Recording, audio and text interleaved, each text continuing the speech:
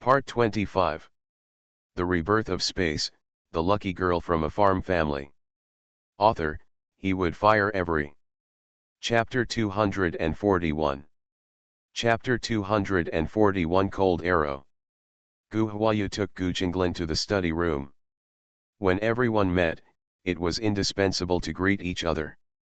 Gu Jinglin stared at Huada and asked, "You are Uncle Huang?" Huada looked at Gu Huayu, then smiled and said, "The third master has good eyesight."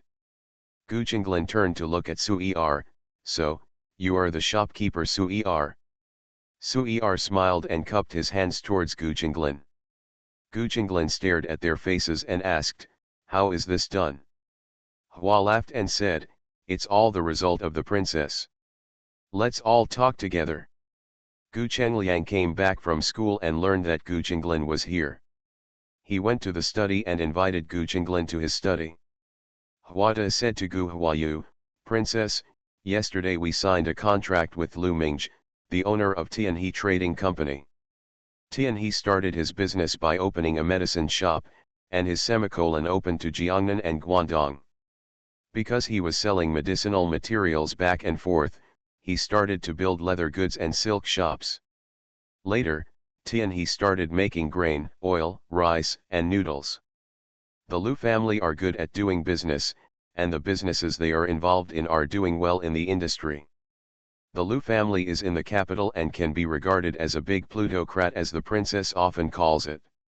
The important thing is that when the head of the family was alive, Baofeng Bank and the Lu family were cooperating.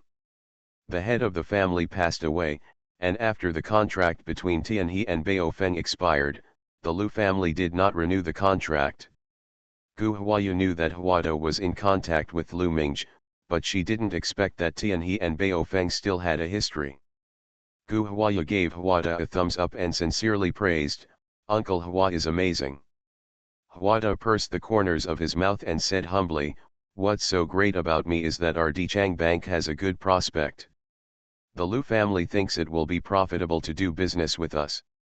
Gu Huayu smiled and said, "It was Uncle Hua who made them realize how good our bank is, so Uncle Hua is still great. If someone else comes, I'm afraid they won't even be able to meet Mr. Lu's face, let alone sign a contract." Hua laughed and said, "Well, back then, when Baofeng was negotiating the contract with Tianhe, I followed the head of the family, and I did a lot of things. I know that Lu Mingzhi likes to go to Cin Temple to practice Zen and play chess with Master Minghui. I also know that Lu Mingzhi likes to eat soup noodles at Huangji Noodle House in Liuxiang in the morning." Gu Huayu gave a thumbs up again, "So, Uncle Hua is amazing." The smile on Huada's face deepened, "It's nothing great, it's just that he has benefited from the master's favor and knows some of his preferences." Gu Huayu sensitively captured some information and asked, "Is father friends with Mr. Lu?" Huada nodded, "They are very talkative. We don't see them often. If we have free time, they will order a few side dishes in the wine shop, drink and talk until late at night." Gu Huayu nodded and didn't ask any more questions. Huada said, "Princess, I plan to go to the south of the Yangtze River in the next 2 days." Gu Huayu asked, "Uncle Hua is going to prepare for the semicolon?" Huada nodded and said, "Yes, Jiangnan fuse, more than half of Baofeng Bank's profits come from Jiangnan, we have to open a branch in Jiangnan as soon as possible. I'll take Junqi and Zhengzhen out. I've already told Sui-er about the matters in the shop. King Zhu is responsible for the affairs in the house. Baofeng is Lan Jingwei's money bag. If Baofeng is in chaos, Lan Jingwei will be in chaos." Gu Huayu nodded and asked, "Can you come back before the year?" Huada replied, "Those who plan to come back for the new year should be able to come back if there are no special circumstances." Sui-er asked, "When do you plan to leave?" Huada said, "Let's do it tomorrow." Gu Huayu thought for a while and said, "Then bring Heather, Shiqing, Shisheng, and Shihai with you and let them practice with you." Huada thought for a moment and nodded in agreement, "Okay, I'll take them with you." Gu Huayu said, "I'm leaving tomorrow. I'm a little pressed for time. Please hurry up and pack your luggage. Hua laughed and said, when you go out, just bring a change of clothes and some non-perishable dry food. Gu Huayu thought of something, turned around and walked out. I have some food over there. It's easy to carry. I'll get it for you. Gu Huayu returned to her room, went into the space to get some biscuits, and came out with cans. Gu Huayu filled a basket full and handed it to Huada. It's hot, so it's hard to bring food. Take these things with you. If you have no way to reach the village in front or no store behind, use this to deal with them. After these things are processed, they can be stored for a long time. Huazezai was already used to the weird things Gu Huayu gave her, so she happily accepted them. Since Huada and his party were going out, Gu Huayu asked the kitchen to add more dishes and serve them in the evening. The next day, Gu Huayu sent Huada and his party away, returned to the house to get medical books, and planned to go to Minjiao Pavilion to look for Ruhi. Before going out, Gu Huayu went to the study to look for Su'er, wanting to ask him how the preparations for the medical clinic were going. Princess, Eunuch Fu from Huaking Palace sent a message saying that the imperial concubine would like to invite the princess to the palace tomorrow to enjoy the flowers. A servant came over and reported. Su'er asked in surprise, who invites the princess? The noble concubine. The servant leaned forward and said, yes, the person who came said that he is someone who serves the imperial concubine of Huaking Palace. Su'er turned around and looked at Gu Huayu. Princess, what do you mean by your concubine? Gu Huayu shook her head. I don't know either. After speaking, Gu Huayu asked, where is the person? The servant bowed and said, go back to the princess, Eunuch Fu is in the drawing room. Gu Huayu said, I'll go take a look. Gu Huayu went to the living room and saw a 30-something waiter sitting in the hall holding a whisk in hand. Seeing Gu Huayu come in, the chamberlain stood up and saluted Gu Huayu. Hello princess, our family is a visitor from Huaking Palace. We are sent by the imperial concubine to deliver a message to the princess. Our lady will hold a flower viewing party in the palace tomorrow. I'm here to invite the princess to come to the palace tomorrow to enjoy the flowers. Eunuch Fu presented the post, and Gu Huayu stepped forward to take it. Fu Shen thanked her. Thank you for your love. I am really flattered by Yan Ran. Yan Ran will definitely enter the palace on time tomorrow.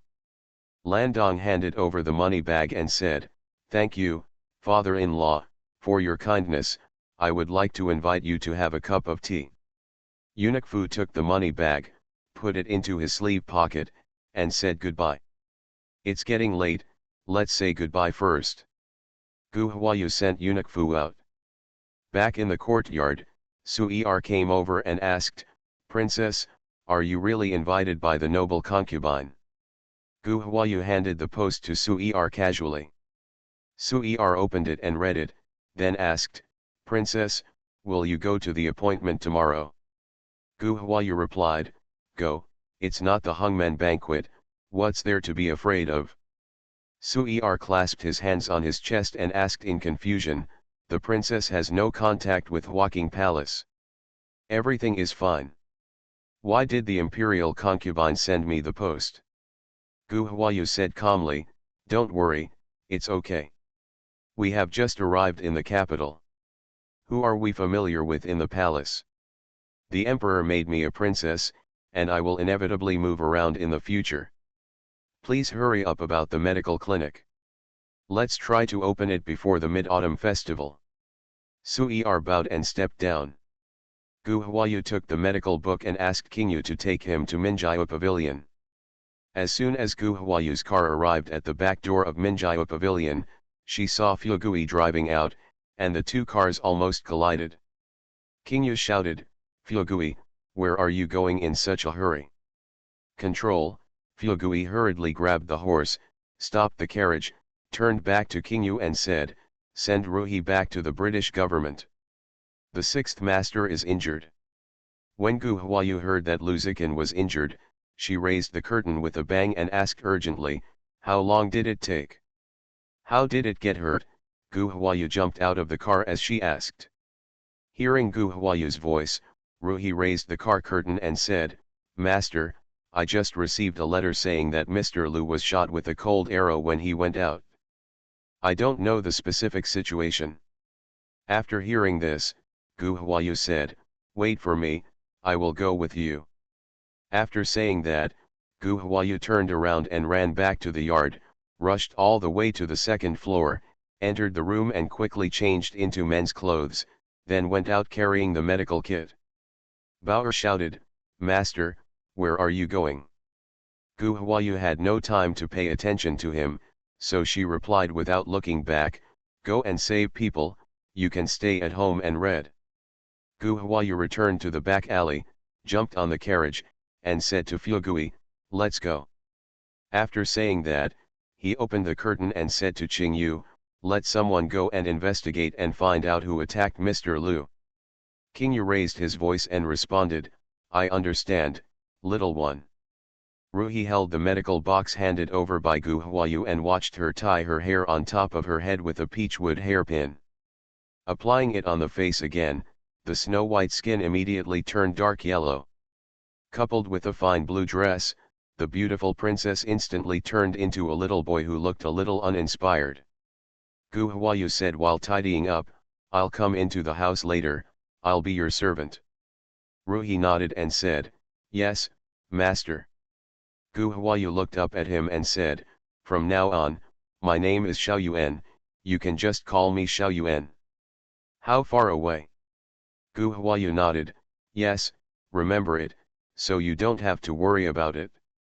Ruhi nodded and muttered to himself several times. Gu Huayu asked, Where was Mr. Lu injured? Ruhi said, It was said that he left the British government not long ago. Fugui said, Master Ji, there are officials in front of us, it seems the road is closed. Ruhi lifted the curtain to take a look and said, Go forward. A policeman stepped forward to block the way, saying, This way is impassable. Ruhi got out of the car and handed over his waist badge, Master, I am the person next to Mr. Lulu, the British Gong. The officer looked at the waist badge and then at Ruhi. What's going on? No passage is allowed here. Leave quickly. An official came over.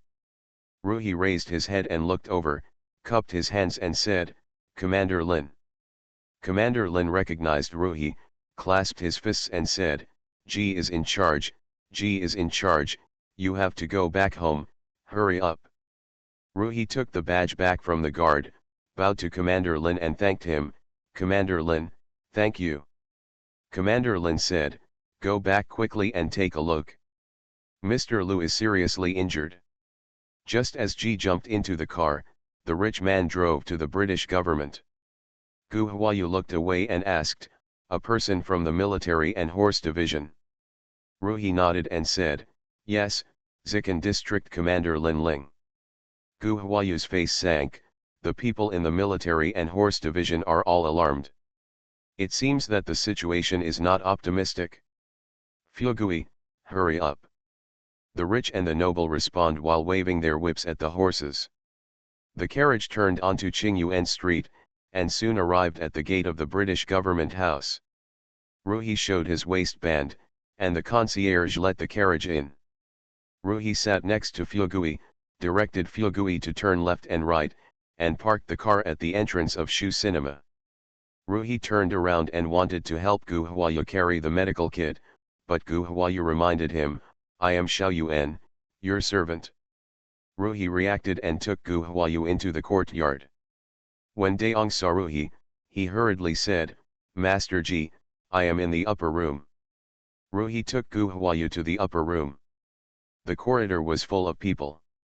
Ruhi said, Give me a chance.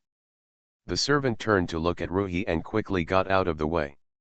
He said while giving way, Steward Ji is here, everyone, please give way. Everyone makes way. Ruhi brought Gu Huayu into the house. The room was also crowded with people. Gu Huayu frowned and pulled Ruhi's sleeves. Ruhi turned to look at her. Gu Huayu leaned over and whispered, There are too many people. Send them out. Ruhi nodded and said, don't crowd in the room, get out. Mrsya heard Ruhi's voice and said happily, Ruhi is back, come in quickly. Rugjuan squeezed out of the back room and said, Ruhi, come over quickly and show me. Ruhi said, I know, let everyone go out quickly, don't crowd in the house. Rugjuan listened to Ruhi's words and drove the people out. After a while, only the British Duke, Du Ben, Mrsya, Furong and Antya were left in the room. Mrsya sat beside Luzikin's bed, held his hand, and cried, Ruhi, please show Zikin quickly. Gu Huayu saw Luzikin lying on the bed with a pale face and closed eyes. There was an arrow stuck in his left shoulder blade and right chest. The white clothes were blackened by blood. He couldn't help but breathe a sigh of relief and pulled Ruhi's sleeves again. Ruhi said, My lord, madam, please retreat outside first. The British public saw Gu Hua's unfamiliar face and asked, Who are you? Gu Huayu leaned forward and said, Master, the younger one is called Xiao Yuan, and he is a handyman for the steward. Rugjuan returned to the room and noticed Gu Huayu now. He understood in his heart and said cooperatively, My lord, madam, Ruhi cannot be disturbed while you are treating me.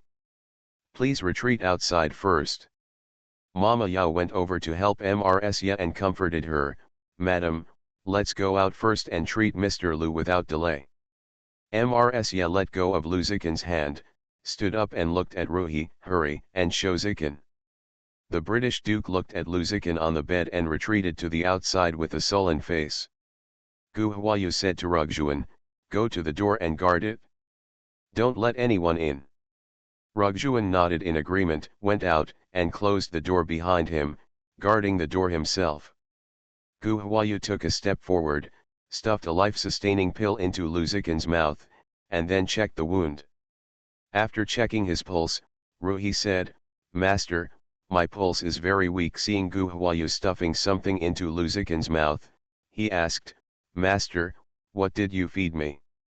Gu Huayu reached out and dipped the blood around the wound, took it under her nose and smelled it, and said, The life-sustaining pill, the arrow is poisonous. Ruhi's face became solemn, and he reached out and dipped his hand into the blood. He also put it under his nose and smelled it, and said, It's poisonous. Why, judging from Lu's pulse, the heart pulse is not damaged. What's going on? Gu Huayu said, This poison is useless to him. He is unconscious because of excessive blood loss. Gu Huayu took out gloves from the medical box and handed a pair to Ruhi, put them on, let's treat the wounds first. Ruhi took the gloves and put them on. Gu Huayu used anesthetic for Luzikin and carefully took out the arrowhead. End of this chapter. The Rebirth of Space, the lucky girl from a farm family. Author, he would fire every. Chapter 242.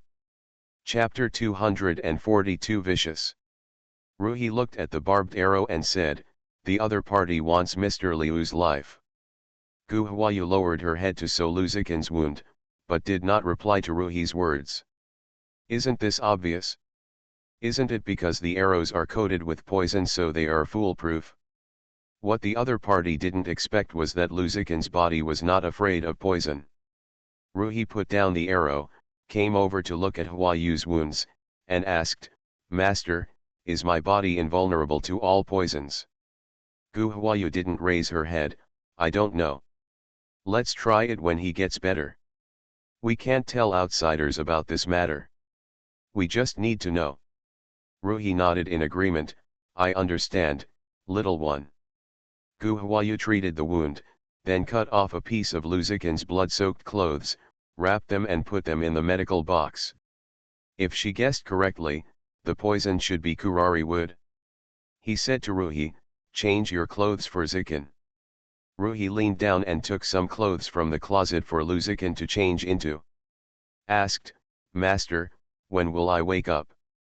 Gu Huayu put the medical box away, stepped forward to feel Luzikin's pulse, and said, Fortunately, his internal organs were not injured. I gave him life-sustaining pills and the wound stopped bleeding. He will wake up soon. Let's first think about how to deal with the current situation. With such a big battle outside, the Imperial Doctor may arrive soon. We cannot let outsiders know that Zikin's body is not all poisonous. I will give Zikin acupuncture first. When the Imperial Doctor comes, tell him to give Zikin life-sustaining pills and give him acupuncture to detoxify him. Ruhi said, in my opinion, the poison looks like arrow poison wood, and the poison is extremely poisonous. If the Imperial Doctor asks about the elixir, what will I say? Gu Huayu said, whatever you say, as long as you don't tell me. Also, there is only one pill, and it has been taken by Mr. Liu. There is no need for the Imperial Doctor to see it. Ruhi nodded in agreement and watched Gu Huayu administer the acupuncture to Lu Zikin. As Gu Huayu expected, before she finished the injection, the British father's voice came from outside, Mr. Hu is here, you are busy. Master, where is the sixth master? Where are they? The visitor's cold voice was filled with concern. Ruhi said, the person here is Dr. Hu. In the past few years, he often went to Qingqiu Palace to treat Ye Shangshu and Mrs. Jean. He is very familiar with me. In the back room, I'll ask for Dr. Hu, said the British Duke. Gu Huayu applied the silver needle on her hand and said, next, come here. There are 2 more needles, one for Cookie and one for Hagu. Ruhi picked up the needle and was about to give it, when the door opened. The British Duke accompanied Dr. Hu in, followed closely by Mrs. Ye and others. The British Duke saw that the arrow on Lu Zikin's body had been pulled out and the silver needle was stuck in his body. He couldn't help but paused and said to Dr. Hu, Dr. Hu, please take a look at Zikin. Physician Hu did not move, looked at Ruhi holding the silver needle in his hand, and asked, Dr. G, please continue. Ruhi nodded, inserted the silver needle in his hand into Cookie point, and then inserted the last needle into Hagu point. Then he turned around and cupped his hands towards Dr. Hu and said, Mrs. Hu has been well treated. I'm so polite to you. Physician Hu asked, how is Master Liu's injury? Rug replied, Master Liu was hit by 2 arrows. Fortunately, his internal organs were not injured.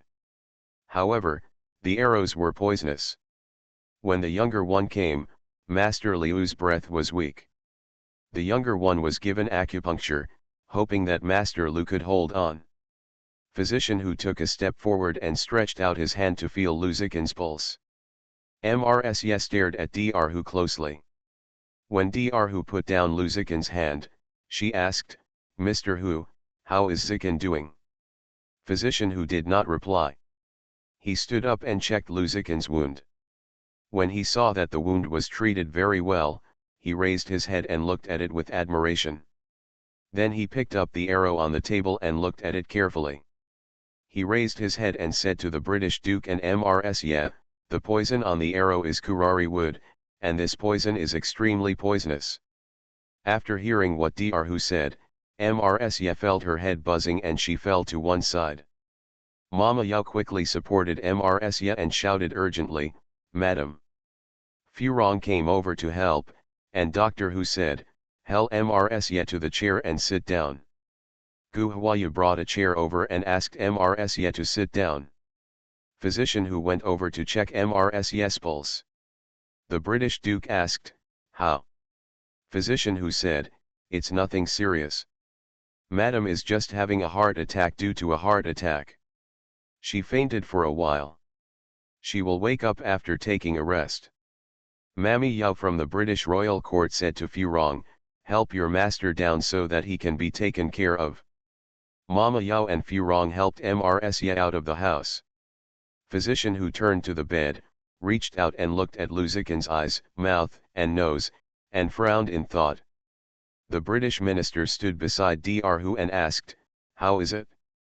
Dr. Hu said, looking at Mr. Liu's expression, the poisoning is not serious.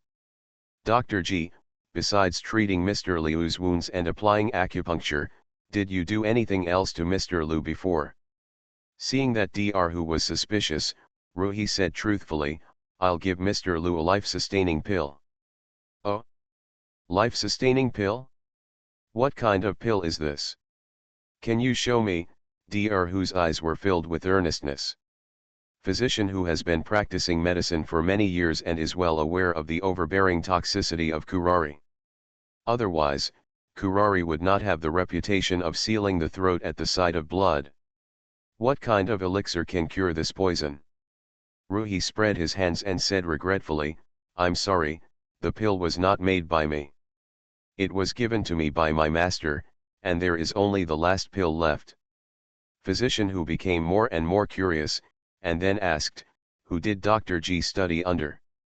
Ruhi leaned over and said, I'm sorry, the master has instructions not to mention his name. Even though imperial physician who was curious, it was hard for him to ask further questions after Ji-Du said this. I had no choice but to ask, did master tell me about the function of the life-sustaining pill? Ruhi said, it's true, the master said that the life-sustaining pill can clear up blood stasis, clear up the meridians, and can also relieve hundreds of poisons. After hearing this, Dr. Hu nodded involuntarily, that's right. After finishing speaking, Dr. Hu turned to look at the British Duke and said, Sixth Master is lucky to be able to take the detoxifying elixir in time. Although his pulse is still weak, he will be able to rest and recuperate, so his life should be worry-free. The British Duke bowed and thanked him, thank you so much, Dr. Hu. Physician who leaned forward and said, I didn't do anything. Dr. G's medical skills are admirable. It is Lu Ye's blessing to have such a capable person as Dr. G by his side. Ruhi bowed to express his thanks, I feel ashamed that Dr. Hu received the award. Physician who patted Ruhi on the shoulder and said sincerely, I'm not lying. Dr. G's way of treating wounds is just extraordinary. After saying that, Dr. Hu announced his resignation to the British, I have to go back to the palace to reply to the Emperor, so I won't stay any longer. The British Duke thanked him and sent Dr. Hu out personally. The waiter Rugjuan stood aside and glanced at the door and asked, Princess, are you really fine with me? Gu Huayu nodded, yes, how did Mr. Lu get hit by an arrow? Didn't you go with him? Rugjuan lowered his head and was about to reply when Ruhi coughed twice and said, Rugjuan, go to the kitchen and ask someone to cook some porridge for me. It will be delicious when I wake up later. The British Duke came in with Dubin and looked at Luzikin on the bed. Just as he was about to say something, a servant came over to report, My lord, Lu Fuyan from the Jingzhou mansion has come over and said that he has something to talk to the Duke's mansion negotiate. The British Duke said, I know, let's go down first. The British Duke turned around and said, You are so happy to serve Zikin. When Zikin wakes up, ask someone to come to Wenyuan Pavilion to report. Rugjuan, Ruhi, Gu Huayu bowed down and escorted the British prince out. When the three of them returned to the house, Ruhi asked, Have you gone out alone today? Rugjuan replied, No, Ruhin and I went out together. A few days ago, wasn't the princess attacked by some thugs at Dongshui Gate? Afterwards, I have been tracking down the person behind the scenes. Last night, I received a letter saying that Shilei had returned to Beijing and our people were locking him up in Zhangxiang. I planned to go there this morning to take a look, but when my car reached Quiping Road, it was blocked by a group of small vendors. Ru Jin argued with someone, but a fight broke out. When he opened the curtain and came out, he was shot by a cold arrow. Ru Yan turned around to protect Lu Ye, and the gang of hawkers immediately dispersed. Gu Huayu said, So, the other party came prepared, and today they want to take Lu Ye's life. Rugjuan nodded, I think so too. Gu Huayu asked, Where is Rumo? After Ru Jin sent Lu Ye back, he took his belt and went to the palace to ask for the imperial doctor. When he came back, he was asked by Jing Ziyin's officials to identify the hawkers blocking the road. He has not returned yet. Gu Huayu asked, The road was closed when we came, who reported it to the official? Rugjuan replied, Ruhin went to the palace to ask for the imperial doctor and alerted the emperor. The people in the military and horse department must have given the order. Qiwan Road adjacent to Quiping Road is Jingzayin's government office in the west of the city. The movement on Quiping Road alerted the official in the government office. The official knew that the injured person was Luya and immediately reported it. The other party dared to attack near the government office. Not only was he bold, he must have backup plans. And those vendors were just ordinary people who paid to do things and knew nothing about the matter, Gu Huayu said. Rugjuan said, I wonder if he is from the old lady. Gu Huayu raised her head and looked at Rugjuan, Mrs. Yang? By the way, doesn't the sixth master live in the Qingqiu Duke's residence? Why are you back at the British Duke's residence? Rugjuan was talking about what happened recently. Before he could finish speaking, Ruhi saw Luzikin open his eyes and hurriedly got up and walked to the bed. I'm awake. Ruhi put his hand on Luzikin's hand and felt his pulse. Gu Huayu and Rugjuan followed and gathered around. How do you feel? Are you dizzy? Gu Huayu asked. Luzikin's eyes suddenly lit up when he heard Gu Huayu's voice, and he said, You're here. After taking the pulse, Ruhi put Luzikin's hand back to its original position, winked at Rugjuan, and the two of them retreated consciously. Luzikin wanted to sit up, but Gu Huayu reached out to stop him. Lie down well and don't move around. Be careful of the wound opening. Luzikin reached out and held Gu Huayu's hand and said, I'm sorry for making you worry.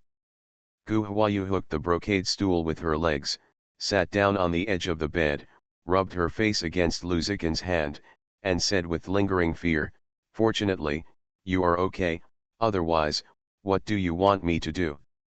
As he spoke, Gu Huayu's eyes turned red.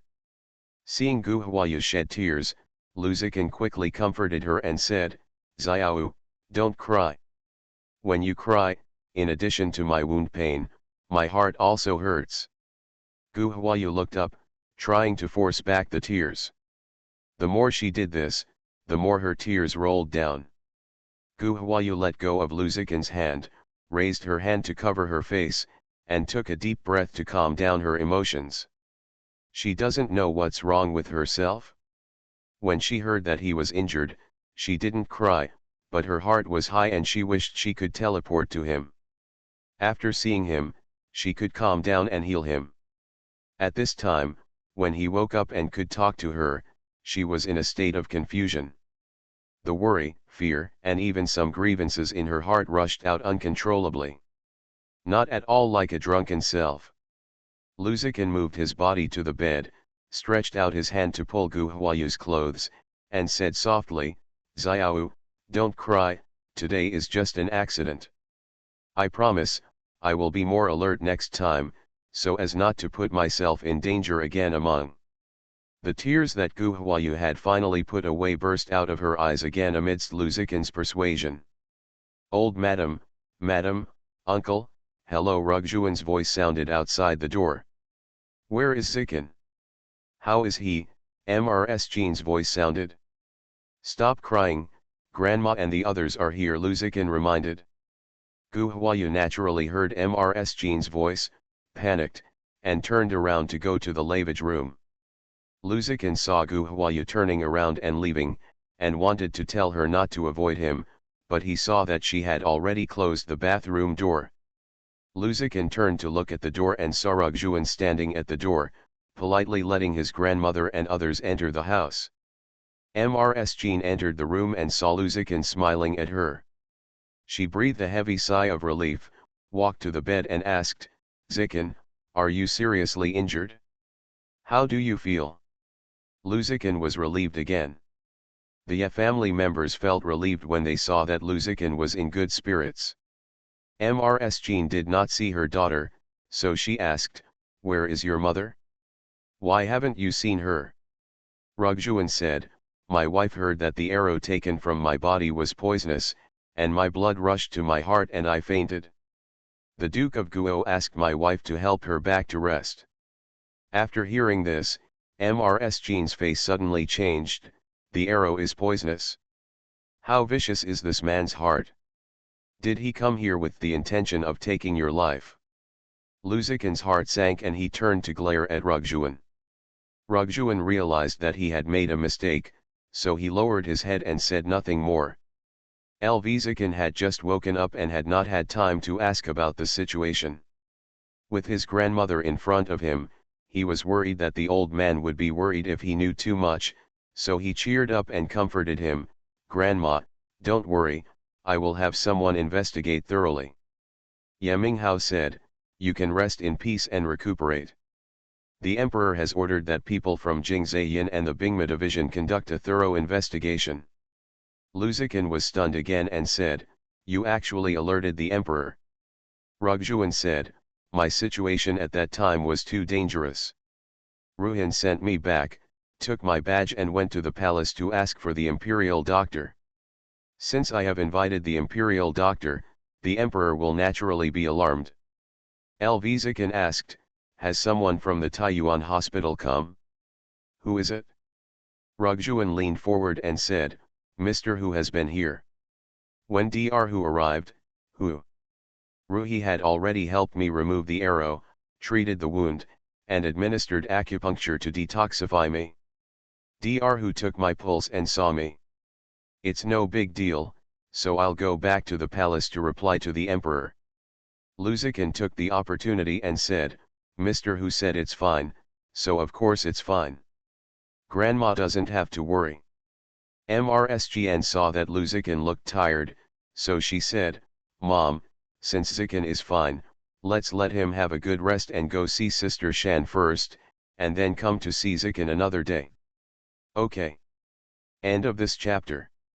You are listening to Novels at Bless Up channel. Wish you happiness and luck. Please subscribe to receive new novels. How do you feel about this novel?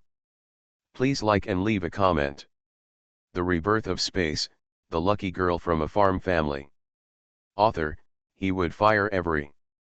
Chapter 243. Chapter 243 Interrogation. Luzikin took the words and said, "Thank you, Aunt, for helping me to persuade my mother and let her relax.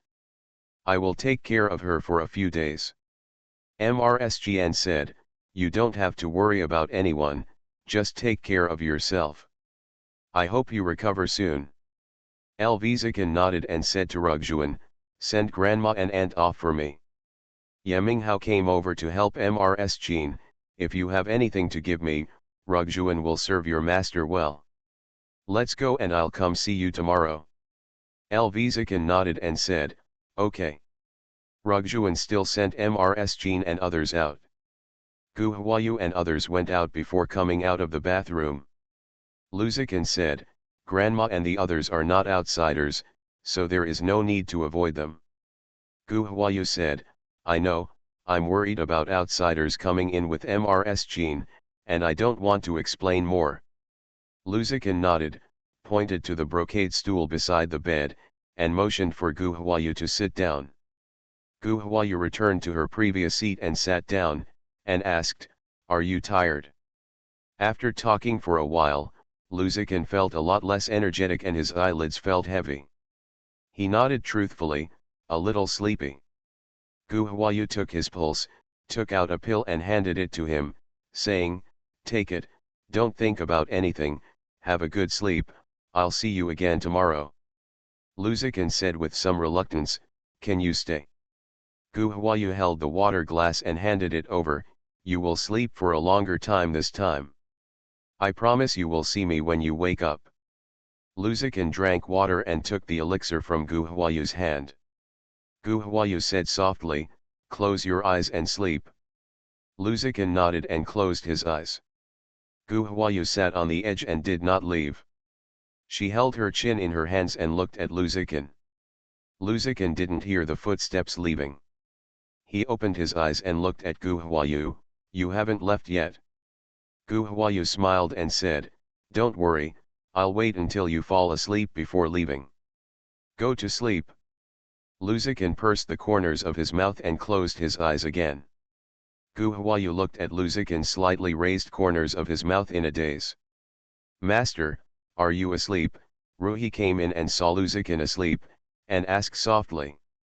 Gu Huayu turned to look at Ruhi, nodded, stood up and walked out, whispering, "Let's talk outside, what about MRS yet?" Ruhi lowered his voice and replied, "Nothing, I'm already awake. MRS Jean and my uncle are with her." Gu Huayu walked outside, saw Rugjuan, and asked, "Ruhin hasn't come back yet?" Rugjuan shook his head, still. Just as Rugjuan opened his mouth, he saw Rumin coming this way through the open window. So he changed his words and said, "I'm back." Gu Huayu followed Rugjuan's gaze and saw Rumin walking over in stride. Rumo entered the room and saw Gu Huayu. He was stunned for a moment, then he cupped his hands and said, "Princess." Seeing that his head was covered with sweat, Gu Huayu said, "Have a rest first and have a cup of tea." Ruhi has already poured a cup of tea and handed it over. Aryu Yan thanked him, took a few sips and drank. Ruhi saw that he was drinking in a hurry and reminded him, "Drink more slowly." Rug then slowed down and drank a cup of tea. Rug wanted to drink more. Rug took the tea cup away and said, "1 cup is enough. Let's drink after a while." Rishi didn't argue. He looked into the back room and asked, "How are you doing?" Rugjuan replied, "The wound has been treated and I'm asleep. It's no big deal." "What's going on over there?" Gu Huayu said, "Everyone, sit down and talk." Aryu Yan sat down at the bottom, shook his head and said, "The result was not as expected. Those vendors who blocked the road just took people's money and listened to their orders without knowing anything about it. When Luye was hit by an arrow, he was so frightened that he dispersed like birds and beasts. He caught him and questioned him. I don't know if I asked 3 questions. By the way, the vendors on Quiping Road are not the only ones blocking the road today. Going out of Kuagong Mansion, there are vendors selling goods on the east, west, north, and south roads. In other words, no matter which direction I leave today, something unexpected will happen to me." Gu Huayu clenched her hands tightly, trying to control her emotions. Rugjuan was so angry that he gritted his teeth and lowered his voice and said, "This is really unreasonable." Ruhi asked, "The assassin didn't leave anything behind?" Aryu Yan shook his head, "No, someone saw the arrow being shot from the private room facing the street of Yuanda restaurant. It was still early when the accident happened, and the waiters in the restaurant were all helping in the kitchen, so they didn't notice the suspicious person coming in and out." Gu Huayu thought for a while and asked, "Have you visited the surrounding people?" "No suspicious people were found coming in or out." Rug replied, "Everyone who visited the neighbors of Yuanda restaurant said that they saw no suspicious person." Gu Huayu thought for a moment and said, "The waiters in the restaurant are all busy in the back kitchen, which means that this person cannot go to the backyard when entering and exiting. Then this person must come in and out through the front door. If you enter and exit through the front door, Quiping Road is a busy city. Even if it is still early, there will be many pedestrians on the street." He was holding a bow and arrow, and it was impossible for those around him to miss him. Rugjuan nodded and said, "There is a possibility that the bows and arrows were hidden in the restaurant in advance. The assassin only needs to enter the private room." Gu Huayu nodded, "This is one possibility. There is another possibility. The assassin is someone from the restaurant." Aryu Yan patted his head, stood up immediately and walked out. "Why didn't you think of this, little one?" When Gu Huayu saw Ruhin walking out, she quickly reminded him, "We are in the light and the enemy is in the dark. Don't make any noise for now. Let's investigate slowly by ourselves. Do you understand?" Ruhin responded as he walked, "I understand." Gu Huayu stood up and said to Ruhi, "Send me out of the house, let's go together." Rugjuan then stood up. Gu Huayu glanced at him coldly and warned, "Serve the 6th master well." Rugjuan bowed his body and responded. Ruhi nodded, led Gu Huayu out of Shuiying Yuan, got in the car and said to Fugui, Go to Yuanda restaurant on Quipping Road. Fugui agreed and drove out of the British government house and went straight to the Yuanda restaurant on Quipping Road. Yuanda restaurant was surrounded by people from the government. If Ruhi showed his waistband, the officer let him in. The two of them went straight to the private room on the second floor. Gu Huayu saw Lin Ling, the commander of the Army and Horses Division, and Rumo was talking to him. Gu Huayu took a closer look in the room and looked at the decoration of the restaurant. Among the many restaurants in the capital, this restaurant could only be considered mid-range. The private room is not big. There is a cupboard at the entrance, and a set of dishes and cutlery are placed in the cupboard. There is a round table in the middle of the room. The round table is painted maroon. There is no tablecloth on the table. There is only a blue and white porcelain vase in the middle with a few rose flowers in the vase. There were 8 chairs placed around a round table, but there was nothing else in the room. Gu Huayu walked around the room but found no clues. Jin came over and was about to call the princess, but Gu Huayu stepped forward and leaned towards him and said, "Master Jin, I didn't find anything strange here. Let's go outside and have a look." Jin came over understandingly, nodded and said, "Let's go and have a look." Ruhi shouted to Gu Huayu, "Xiao Yuan, please be more careful." Gu Huayu leaned forward and said, "Yes, I understand, little one." Ruhi whispered to Ruhi, "Commander Lin said that this restaurant is the property of the family of Dali Temple Prime Minister Yufei Yanjiao. If there is no solid evidence, it is difficult to ask someone. Go and tell the princess." Ruhi nodded, turned around and walked out the door. Gu Huayu came out of the room next door. Ruhi walked over and transferred Ruhi's words to Gu Huayu. After hearing this, Gu Huayu nodded and said, "I know, come with me." "Okay," Ruhi responded casually, walking in front of Gu Huayu, walking along the corridor and checking each room. The two of them searched the private rooms upstairs, but still found nothing. Ruhi looked at Gu Huayu and asked, "Xiao Yuan, let's go back." Gu Huayu raised her index finger in front of her mouth to signal him to be quiet. Ruhi immediately shut up and stopped talking. He looked at Gu Huayu with doubtful eyes. Gu Huayu stood still, listening to the conversation attentively. "Have you put that thing away? Don't let anyone find it?" Another voice sounded, "Don't worry, I had already thrown it into the fire hall and burned it." "How could anyone find it?" "That's good. Just stay calm and steady, and don't make any mistakes. Don't worry. Don't worry when I do my job. It's just that the accuracy of my archery skills is a bit off. I need to practice more in the future. Shut up and be careful, walls have ears. What are you afraid of? If we make such a small sound, even people in this room may not hear it, let alone the wall. Don't be frivolous. Be cautious and sail the ship for 10,000 years. Let this matter sink into your stomach." I know that's too long." When Gu Huayu heard this, she looked at Ruhi and said, "Let's go to the kitchen and have a look." For example, Ji now obeys Gu Huayu's orders. If the master says one thing, he will never say two things.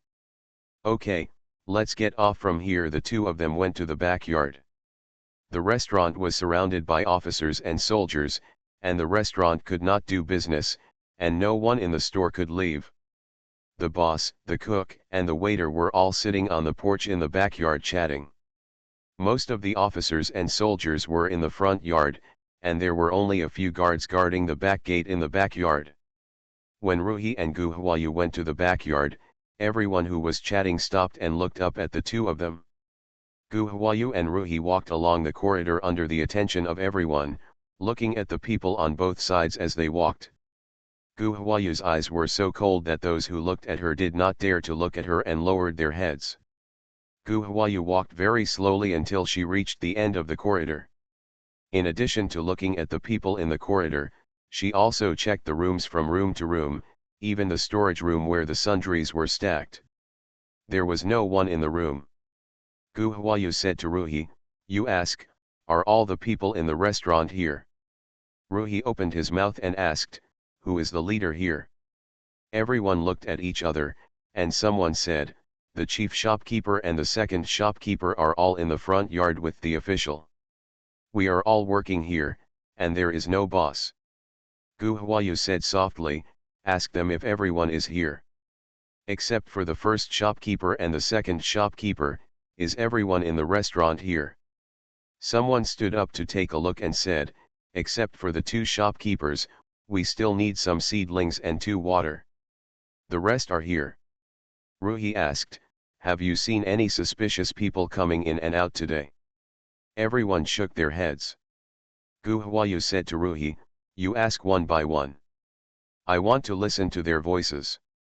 Each of them can speak more than 3 sentences."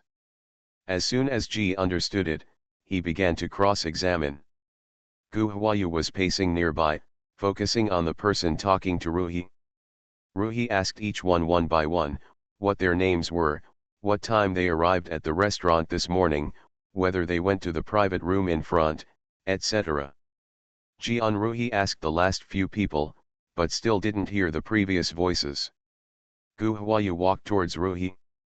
She wanted to get closer so that she could recognize him more clearly. "Hello, who are you, what are you doing here?" The sound came from the stairs at the end of the corridor. Gu Huayu's eyes lit up, and she suddenly turned her head and saw a man wearing a dark blue muslin gown coming down the stairs, followed by a man dressed as a waiter. When the waiters in the restaurant saw the man, they all stood up to greet him, "Second shopkeeper." Ruhi turned to look at the man and said, "I am Ruhi, the steward of the British Duke Lu Liu. Today our father was assassinated on Quipping Road. Someone saw that the arrow was shot from the room of this restaurant. I was ordered to come over and investigate and look for clues. Are you the second shopkeeper of this building? May I ask your surname?" After hearing Ruhi's words, Lan Yi's face became more respectful, and he bowed and said, "My surname is Wang, and my only name is Xin. I have been the second shopkeeper here for 3 years. What happened today is an unforeseen disaster for our restaurant. As you know, Manager Ji, we are the busiest in the morning as a restaurant owner. The waiters are all making various preparations in the backyard, and there is almost no one in the front yard. We really don't know when the criminals entered. Quipping Road at the door is the bustling city of Zikan. There are as many as 8,000 people coming and going every day. Who cares about one person coming in and out? Don't you agree?" Ruhi nodded and said, "What shopkeeper Wang Er said is right. That's why we have to investigate carefully, hoping to find any useful clues." After saying that, Ruhi stopped paying attention to Wang Xin, turned his eyes to the waiter beside Wang Xin, and asked, "What's your surname? What time did you arrive at the restaurant today?" The waiter leaned forward and said, "My surname is Miao, and my name is Miao Jianghai. Everyone likes to call me Miao Er Shui. I arrived at the store at the first quarter of the year." Ruhi then asked, "Have you ever gone to the private room on the second floor in front this morning?" Miao Er Shui shook his head and said, "After arriving at the store, the little one has been doing things in the backyard and has never been to the front yard." After listening to Miao Er Shui's words, Gu Huayu was sure that these two people were the ones who had the conversation before. In order not to scare the snake, Gu Huayu said to Ruhi, "Let's go and find Ruhi." Ruhi nodded and the two of them went to the front yard. The two of them met Ruhi in the lobby. When Ryujin saw them coming, he said something to Lin Ling and then walked over. "I haven't found anyone suspicious here, what about your side, have you found anything?" Gu Huayu said, "Let's leave here first. I have something to say to you too." Rumo nodded and said, "Okay, you get in the car first, and I'll go say goodbye to Commander Lin." Just as Lin Ling came over, Rug and Rug bowed their hands to him to say goodbye. Rug said, "I have something to do and I have to go back to my hometown. Laolin is in charge here." Lin Ling said politely, Steward Jin spoke harshly. This is a matter for the next person. Please go slowly. The three of them came out of Yuanda restaurant, and Gu Hua said, go forward, it's half a day's leisure around the corner, let's talk there. Ruhi nodded in response. Ruhi and Gu Huayu were riding in a car, and Ruhi was riding a horse for half a day's leisure. End of this chapter. The Rebirth of Space, the lucky girl from a farm family. Author, he would fire every. Chapter 244. Chapter 244 Crazy. Half day's leisure has just opened for business. Although it is lunchtime, there are not many people coming here to eat. When the waiter saw a carriage entering the yard, he greeted him enthusiastically, gentlemen, please come inside. Ruhi threw the reins to the waiter and stood by the side waiting for Gu Huayu to get off.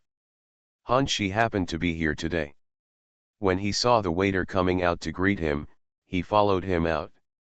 When he saw Rumo and Fugui, he hurriedly came over and said, you guys are here. How is Mr. Liu? Is he seriously injured? Ruhi got off the car and replied, Master Liu is fine, there is no fear for his life. Ruhi lives in Minjiao Pavilion these days and gets along very well with Han Shi and Lu Guang. Han Shi nodded, that's good. Are you here for dinner? The princess of the county, princess.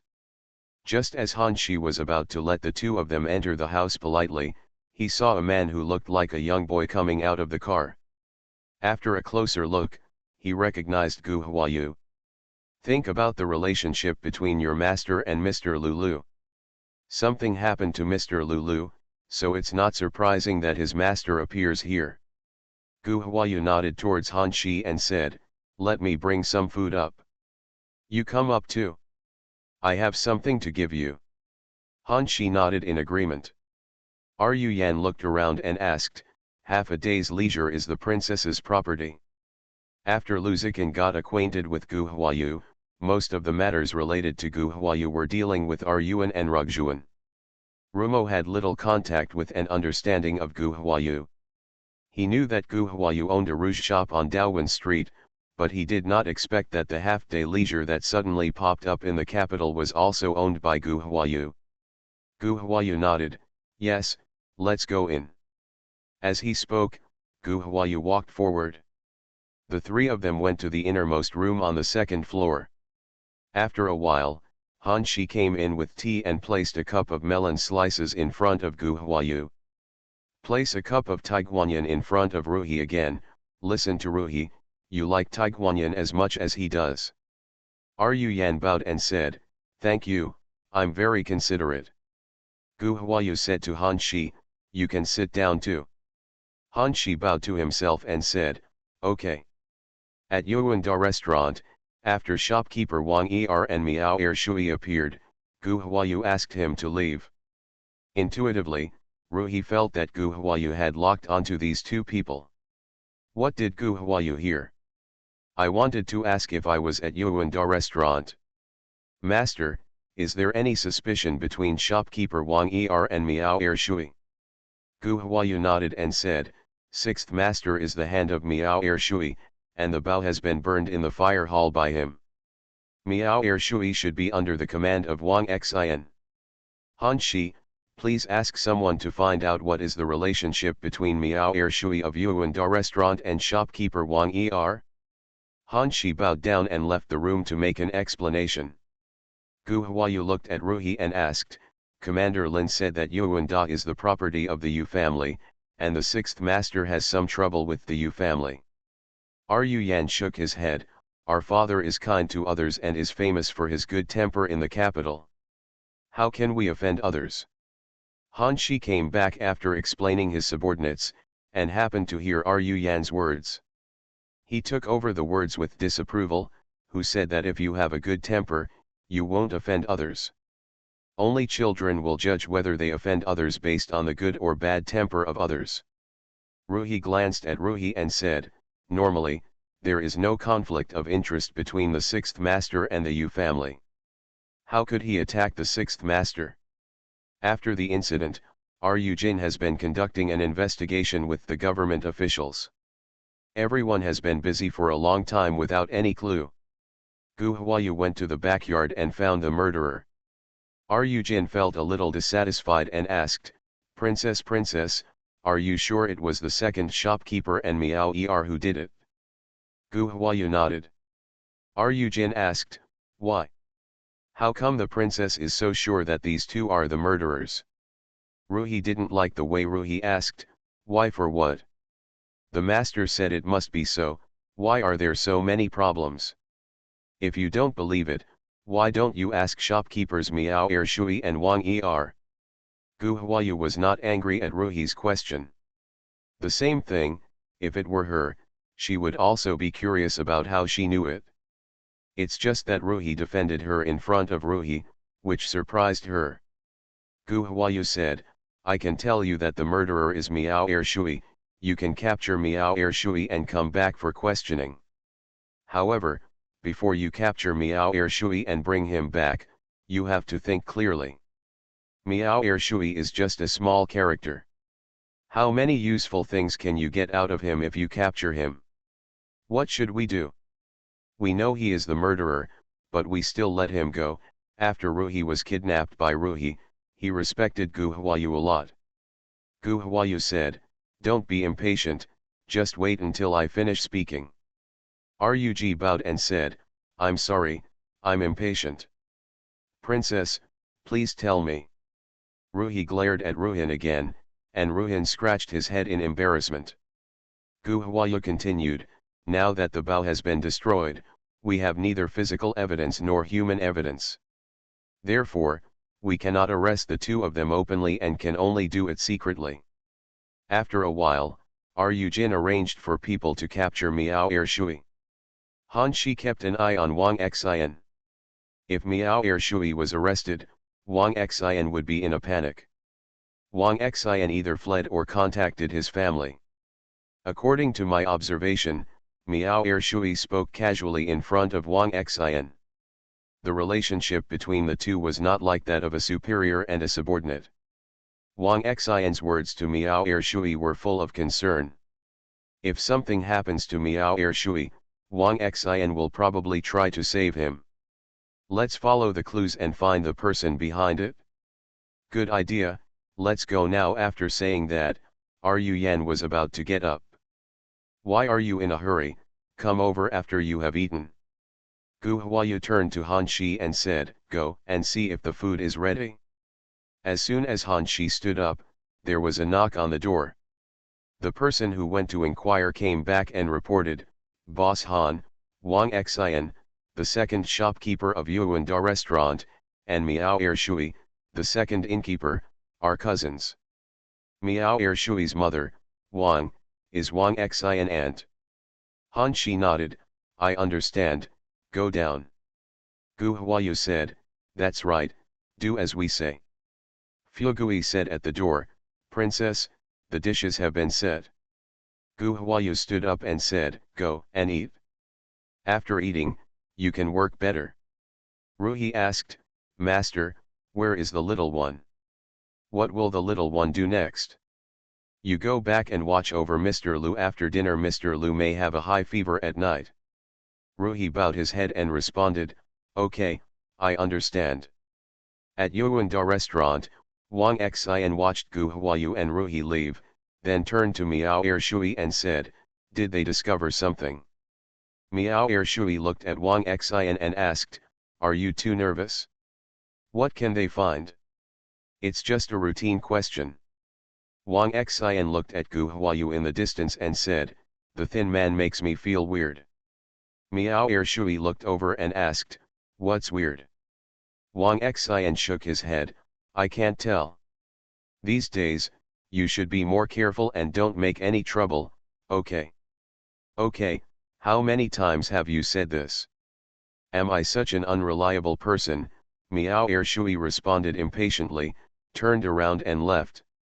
Wang Xian caught up and said softly, don't be upset, I'm doing it for your own good. Steward Lu has repeatedly told us that only when things are done can we get the money. If the matter is exposed, We will not get any money, but we will also lose our lives. I told you, I threw that thing into the fire hall and burned it. There is no physical evidence or witness, so what's the use of his suspicion? Miao Ershui turned to Wang Xian and said. Wang Xian looked around nervously and said in a deep voice, "Keep your voice down." Miao Ershui walked up the stairs at the end. When will these officials leave? I promised Meyer to go to her place for lunch. Wang Xian said angrily, "You don't know who you are following? My aunt and uncle are not like you. When has it been? You still want to go to Fengliu? By the way, you can't do this to others. Say, do you understand?"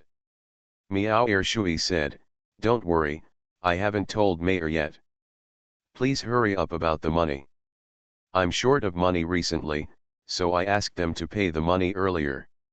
Wang Xian took out a silver note from his arms and stuffed it into Miao Ershui's hand. "This is 50 taels, you keep it first, save some money, don't always be lavish. That mayor, if you really like it, just carry it back." Miao Ershui shook his head and said, "You don't understand. My mother-in-law is in charge of this and that. It's very annoying. Why don't you go and see when they will leave?" The British Duke sent Lu Fuyan away and turned to Rongan Hall. When the maids and wives saw him coming, they all bowed their knees in greeting. The British Duke waved, and Grandma Wang retreated with her maid and mother-in-law. Since that day when the British Duke came to send the people in her yard away, today was the first time he visited her house. Old Mrs. Yang looked at the British Duke coldly, waiting for him to speak. The British Duke wanted to say a few words to Mrs. Yang, but when he met Mrs. Yang's eyes, the thought of greetings immediately disappeared and he asked coldly, "Was Zikan injured by one of your men?"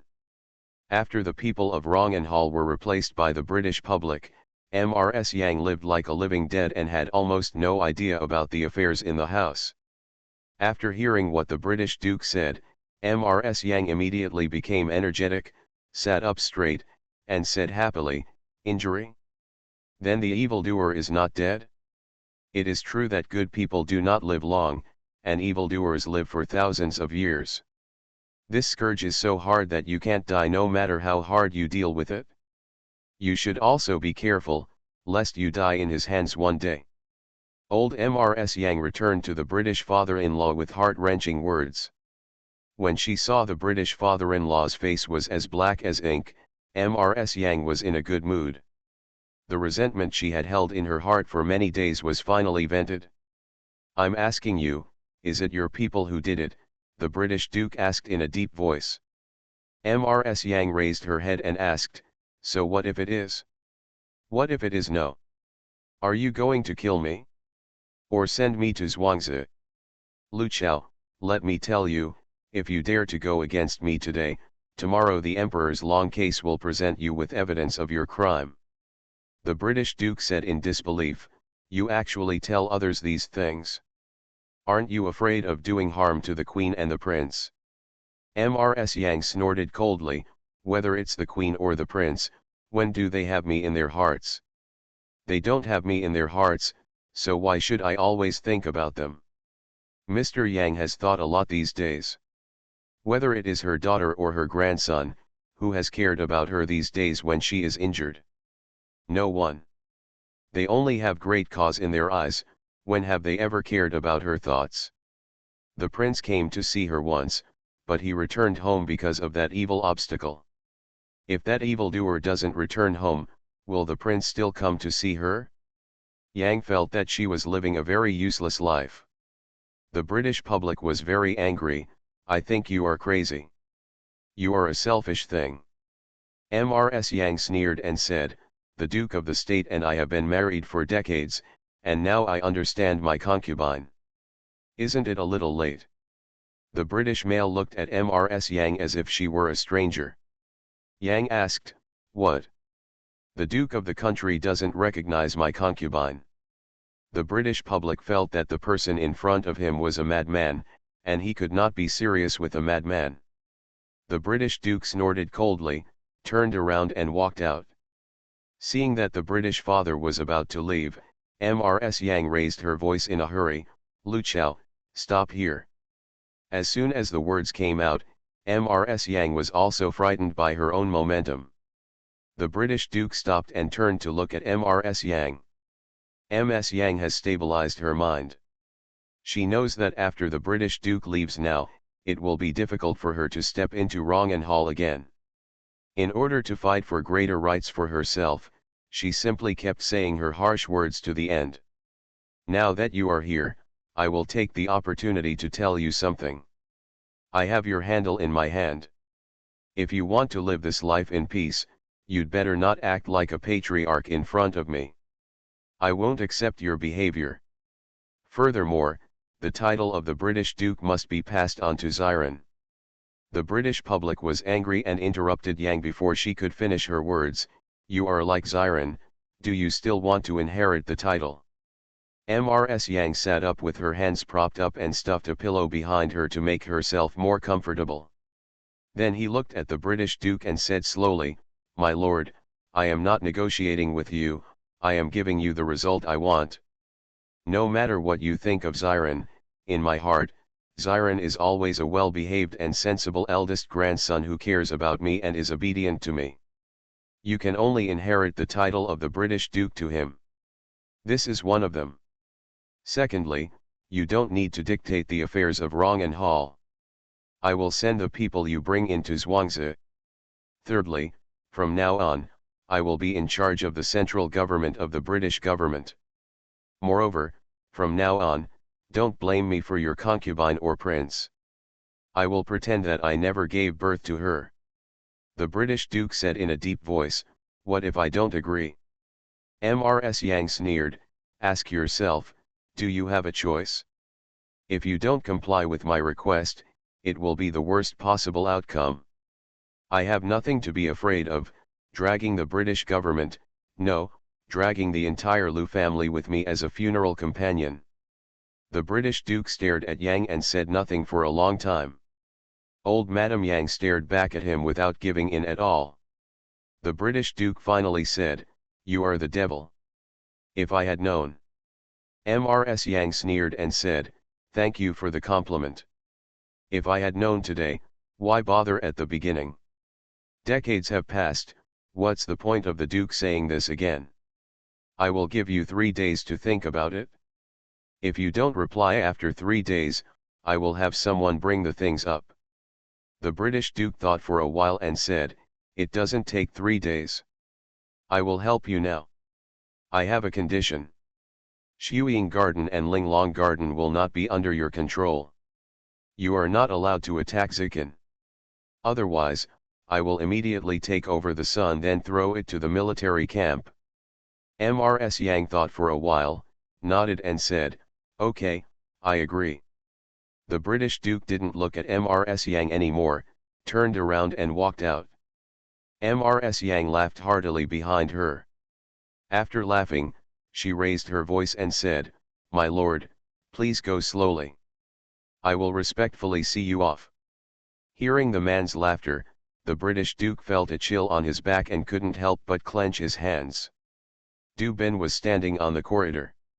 When he saw the British Duke coming out, he leaned down and said, "My lord, the old lady who inherited the Duke's mansion has come over with her family to see the sixth master." End of this chapter. The Rebirth of Space, the lucky girl from a farm family. Author, he would fire every. Chapter 245. Chapter 245, One Story. The British Duke nodded and asked, "Is Zikin awake?" Du Ben replied, "Master Lu woke up once, but now he has fallen asleep again."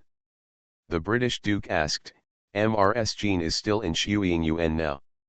"No, Mrs. Jean and Mrs. Jian are in Linglong Garden. I heard that Mrs. Jean wants to take the eldest lady and the sixth master back to the Qingqiu Palace." The British Duke said, "I understand." Zikin woke up and asked someone to report it. Du Ben bowed down and said worriedly, "My lord, if Mrs. Jean comes to Rangan Hall to visit the old lady, will she quarrel with the old lady?"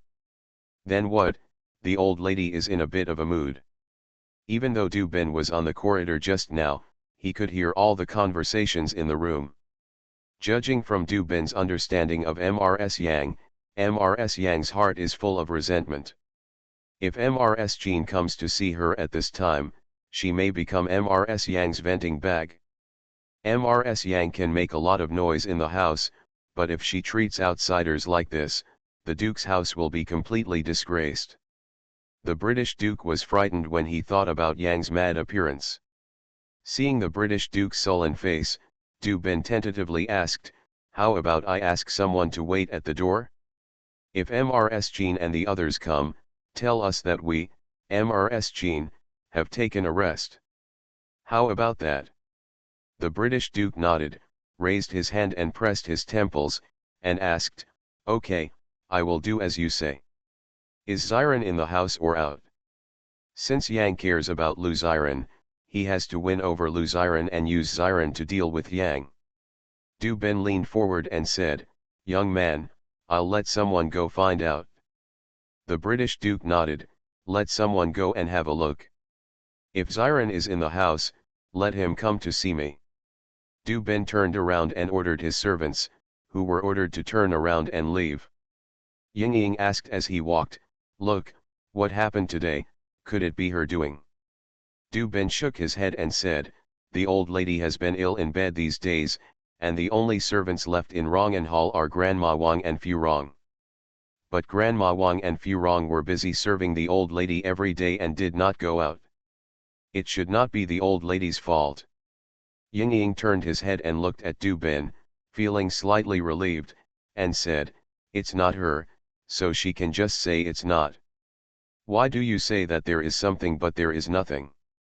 Du Ben looked at the British Duke, who was still sullen, sighed secretly in his heart, and said, "I thought that the old lady said those words to deliberately anger the Duke.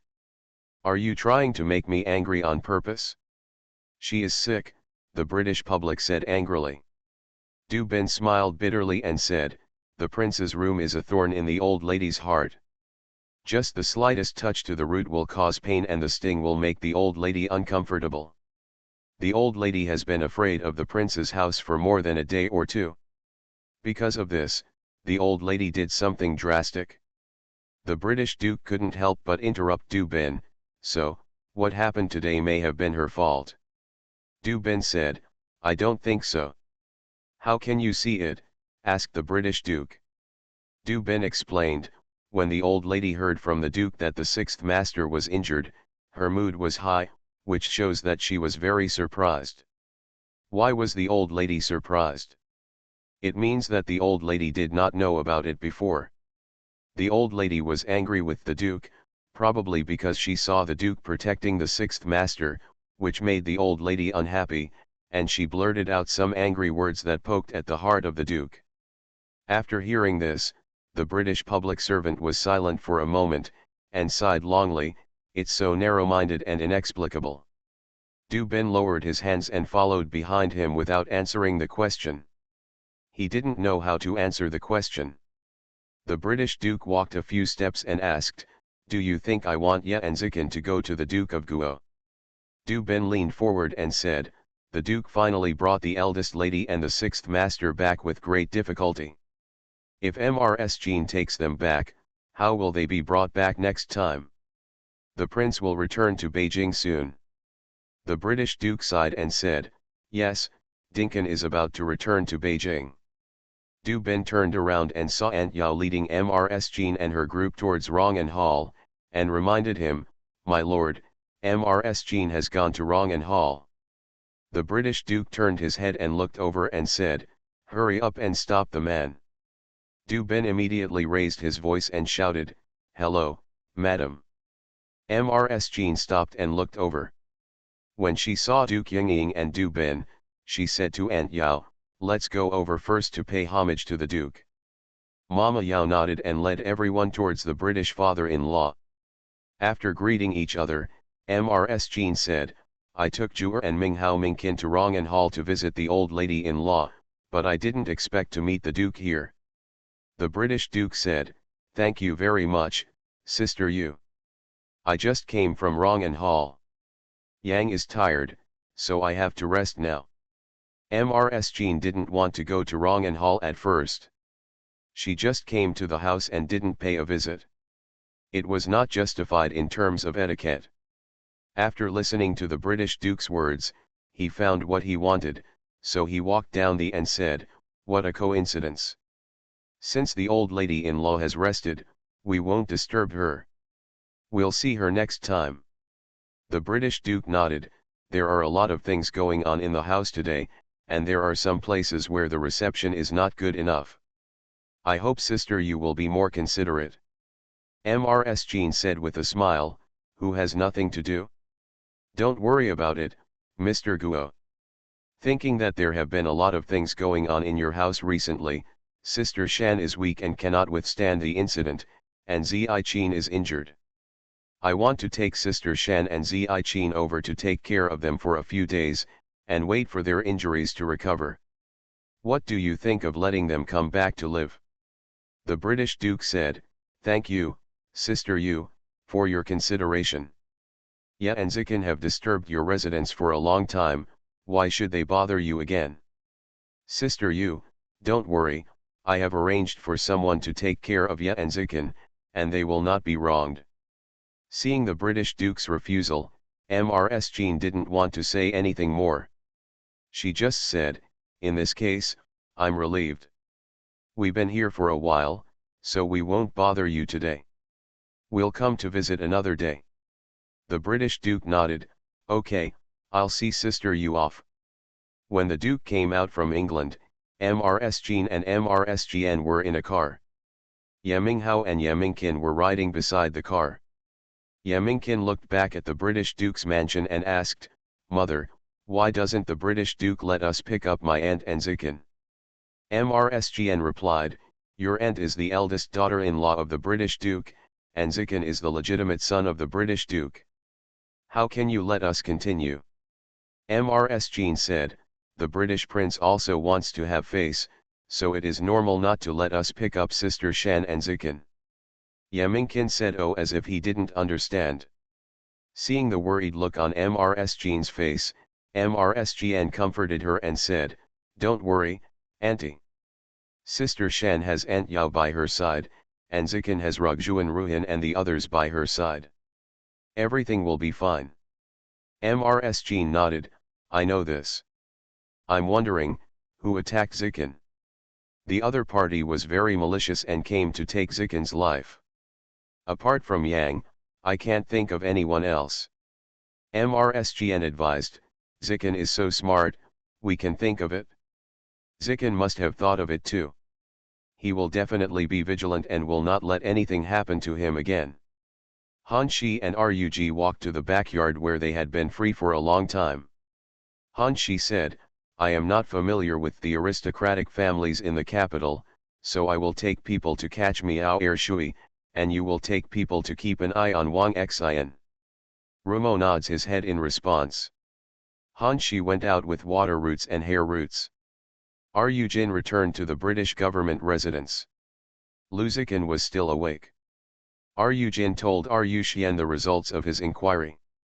Rugjuan was well aware of Gu Huayu's ability and said to Ruhi, "Listen to the princess, you should quickly call Jinhuan Yinhuan and keep an eye on the second shopkeeper." Rumo nodded, "Don't worry. When I came back, I saw that the officers and soldiers of Yuanda restaurant had not yet withdrawn. The officers and soldiers were not withdrawn, so the shop assistants were detained in the shop." Rugjuan said, "It's better to go over earlier and make preparations. The princess always talks about one person and the other. The princess said that these two people are suspicious, so there must be something wrong with these two people. You must obey the princess well and don't miss anything. If you make a mistake and make your master unhappy, you may be punished like Ryuan and be sent to Longzi." Speaking of Longzi, Ruhin immediately tightened his heartstrings. He didn't want to go to a remote place. He got up and walked out. "I know." At Yuanda restaurant, the officers and soldiers stayed until midnight, before Lin Ling withdrew his troops and returned to Bingma Division. As soon as the officers and soldiers left, Miao Ershui walked out in a hurry. Wang Xian grabbed him and reminded him, "What are you doing? The shopkeeper hasn't spoken yet." Miao Ershui stopped his feet, turned to look at shopkeeper Kong, and muttered, "Does he have anything to say?" "Nonsense, such a big thing has happened, why don't you give me a few words of advice?" Miao Ershui reluctantly followed Wang Xian back to the backyard. When shopkeeper Kong saw Wang Xian coming, he raised his voice and said, "Hurry up and get someone to the backyard. I have something to say to you guys." Wang Xian looked at Miao Ershui and warned, "Hold on, do you understand?" Miao Ershui rolled her eyes at him, "I know, go ahead." Wang Xian summoned people to the backyard and said, "Shopkeeper, everyone is here." Shopkeeper Kong looked at Miao Ershui sitting on the porch and said, "Miao Jianghai, why are you sitting so far away by yourself? Come here." Miao Ershui did not take the right path. With a push of his hand, he jumped over the fence of the corridor and entered the patio. He said, "Shopkeeper, please hurry up and lecture me. I'm in a hurry to see the young lady." Everyone laughed. Shopkeeper Kong laughed and scolded, "You guys, you still think I am too slow? Such a big thing happened today, and you are still thinking about your little wife." Miao Ershui said, "What does today's matter have to do with us ordinary people? Something happened to the noble son, and we, the common people, were detained here and couldn't keep our appointments with the young lady. When it comes to misfortune, who is as miserable as us? I will see the young lady later, I wonder how she will deal with it." Someone shouted, Shui is still afraid of being punished? You can't do this, you have to strengthen your husband. Let the little lady bring you tea and water, and massage your legs to make you feel comfortable. Miao Ershui smiled and said, "In normal times, I would still get this kind of treatment, but it's different today. I broke the promise first. Then let's change things up today. It's your turn to massage your little lady's legs and make her feel comfortable so that she can't get out of bed, so she won't have the energy to take care of you." Everyone burst into laughter again. Sailor Miao pinched his chin and said, "This is a good idea. I will use this method soon." Shui, you are so small, can you do it? A woman in her 40s asked. Miao Ershui looked at her mother-in-law with a playful smile. Her surname was Wu, and she was a handyman who washed dishes in the kitchen. "Wu Ma, how about we give it a try and see if you can cry and beg for mercy?" The backyard exploded with laughter. Shopkeeper Kong laughed and scolded, "You guys, you dare to make Wu Ma's jokes. Okay, that's the end of the joke, let's get back to the business." Everyone stopped laughing and looked at Shopkeeper Kong. Shopkeeper Kong cleared his throat and said, "What happened today should serve as a warning to us. From now on, we must keep people on duty in our front yard so that things like today cannot happen again." Everyone nodded. Shopkeeper Kong continued, "Commander Lin said before leaving that if any of you see the suspect, go to the Yamen of the Military and Horse Division to report to him. The government has issued a notice offering a reward of 10 taels of silver to anyone who can provide useful clues. If the murderer can be caught, he will be rewarded with 10,000 taels of silver." Miao Ershui asked in disbelief, "How much?" 10,000 taels of silver. Shopkeeper Kong nodded and said, "Yes, 10,000 taels of silver." "So many?" Someone took a breath and replied. "What's so much about this?" The person who was assassinated was the sixth master of the British government. Miao Ershui turned around and asked, "What? Is the British Duke Luye very powerful?" Miao Ershui is addicted to women. Apart from working in the shop every day, he also goes to Kmi Alley to find women to flirt with. He doesn't bother to know about the affairs of the distinguished family. You don't even know about Mr. Lulu? He is the legitimate son of the British Duke, his aunt's father-in-law, and a noble son appreciated by the Emperor. Otherwise, why would there be so many officers and soldiers coming to our store today? Shopkeeper Kongda said, if something like this happens today, no one will come to eat. I'll give you 2 days off, and you can work in the store the next day. It's hot, so the vegetables you bought today can't be kept for a long time. Let's share them, take some back. Everyone happily went to the kitchen to share the dishes. Miao Shui was not in the mood to divide the dishes. He pulled Wang Xian aside and asked, why don't you explain it to me clearly? Wang Xian said, I thought you knew Lulu, but how could I know that you don't even know Lulu? Miao Shui said, you too, for such an important person, you only need 5,000 taels of silver, why should you need 20,000 taels of silver? Wang Xian advised, now that things have happened, what's the point of talking about this? Why is it no longer interesting? You ask them to increase the price.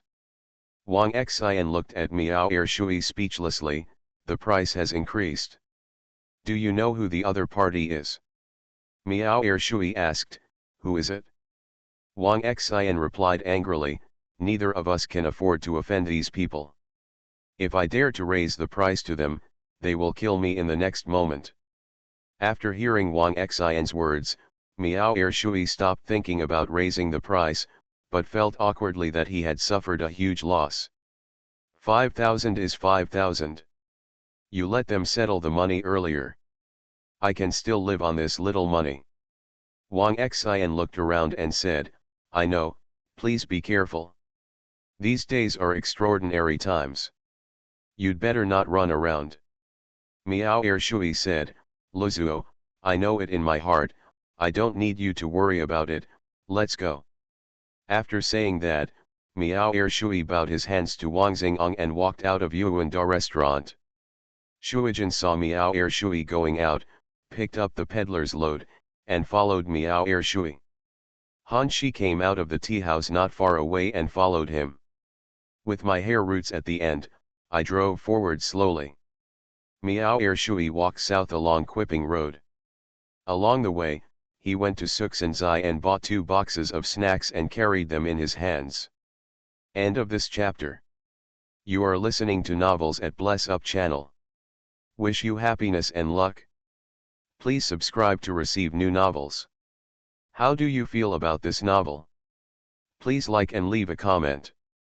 The Rebirth of Space, the lucky girl from a farm family. Author, he would fire every. Chapter 246. Chapter 246 Easy to bully. Shui Zhen, carrying a load of goods, followed at a short distance, twisting and turning into the fried rice alley. Shuijin put his burden at the intersection of KMI Lane and watched Miao Shui enter the 5th yard. Fa Zhen and Han Shi came over, pretending to be passers-by shopping, and bent down to choose something. Shuijin said, the man entered the 5th courtyard on the right. Han Shi nodded and said to Fa Zhen, go around and see if there is a back door, and then see if you can enter the car in the alley behind. Hair down, he quickly walked to the back alley. After a while, Fa Zhen came back and said to Han Shi, boss, there is a back door, but the alley is narrow and can only accommodate 2 people walking side by side. Cars cannot get in. I know, you go and drive the car over and block the front door. I will enter through the back door, capture the person and throw him into the car, Han Shi ordered. Fagan turned around and rushed to catch the car. Han Shi ran to the back alley, jumped, and turned over into the backyard. There was no one in the backyard. Han Shi walked to the door and heard the sounds of flirting in the house. You ghost, why are you so anxious? You're covered in stinky sweat, go and wash it off first. Mayor, please come with me and let's take a bath, okay? Master, go in first, and I'll go find some clothes to change into, Meyer said. What clothes are you looking for? I like you best when you are without clothes, so I'm leaving. Ah! Master, please let me down, and I can go on my own. How tiring is it to walk alone, isn't it good for me to serve you? When Han Shi heard this, he reached out and pushed the door open and went in. Han Shi entered the house and saw no one outside. Miao Ershui and Meyer had already entered the ear room. "Master, please let me down, and I will come and pour water." Han Shi went to the door of the ear room looking for the sound and saw Meyer struggling to get off the ground. Miao Ershui didn't have enough strength. Meyer's struggle made him stagger, slow down. Meyer smiled coquettishly, "Master, take off your clothes, and I'll go get some water." "Don't worry, just pour some water and come over to help me take it off." Miao Ershui stood in the room with her hands folded on her chest, watching Meyer busy. Meyer poured the hot water from the copper kettle on the stove into the bathtub. "Master, wait a minute, I'll go get some cold water." Miao Ershui nodded, "Hurry up, I miss you." Meyer smiled coquettishly, "I know." Meyer went out from the side door of the penthouse and went to the well in the courtyard to get water. Han Shi took the opportunity to sneak into the house and swung the knife at Miao Ershui's neck. Before Miao Ershui could react, he fainted. Han Shi resisted Miao Ershui and returned to the outside.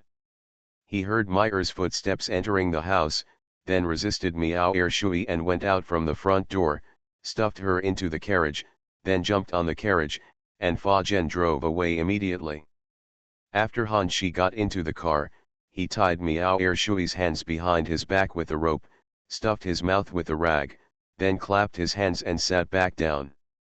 Said, "It's so aggrieved for Ru Jin to let Mr. Lu fall into this guy's hands." Fa Zhen smiled and said, "Master Jin is very embarrassed. It is said that the guards around Master 6 are the most capable of fighting. Such a big mistake happened today. It feels like the boat has capsized in the gutter." Han Shi said, "It's easy to hide from an open gun, but hard to guard against a hidden arrow." Shui Zhen watched the carriage go away. He saw a woman chasing him and looked around, but didn't find the person he was looking for. He muttered and turned back to the courtyard. Mizu Zhen put away the cargo and walked back, returning to the pre-arranged place to report to Rumo. Rumo got the news and took action with the gold and silver rings. Gu Huayu, who had been free for half a day, listened to Qing Yu's report. Wang Xian's family lives in Mao Lane in the west of the city, and they are from the same clan as the Prime Minister Wang's mansion in Baekangmen. Wang Xian's ancestors had mediocre qualifications. After they established their own family, the gap between them and the Baekang sect became wider and wider. Later, they relied on the support of the Baekang sect to survive. Before Wang Xinyuan came to the restaurant, he worked as the second shopkeeper at King Hexuan on Jimin Road. King Hexuan was the dowry of Mrs. Shangguan of the Prime Minister Wang's mansion. 3 years ago, due to salary issues at Yuanda restaurant, the first and second shopkeepers and their waiters resigned one after another. It was then that Wang Xian came to Yuanda restaurant. Yuanda restaurant was the dowry of Shang Guanbai, the wife of Prime Minister Yu Fei Yang of Dali Temple.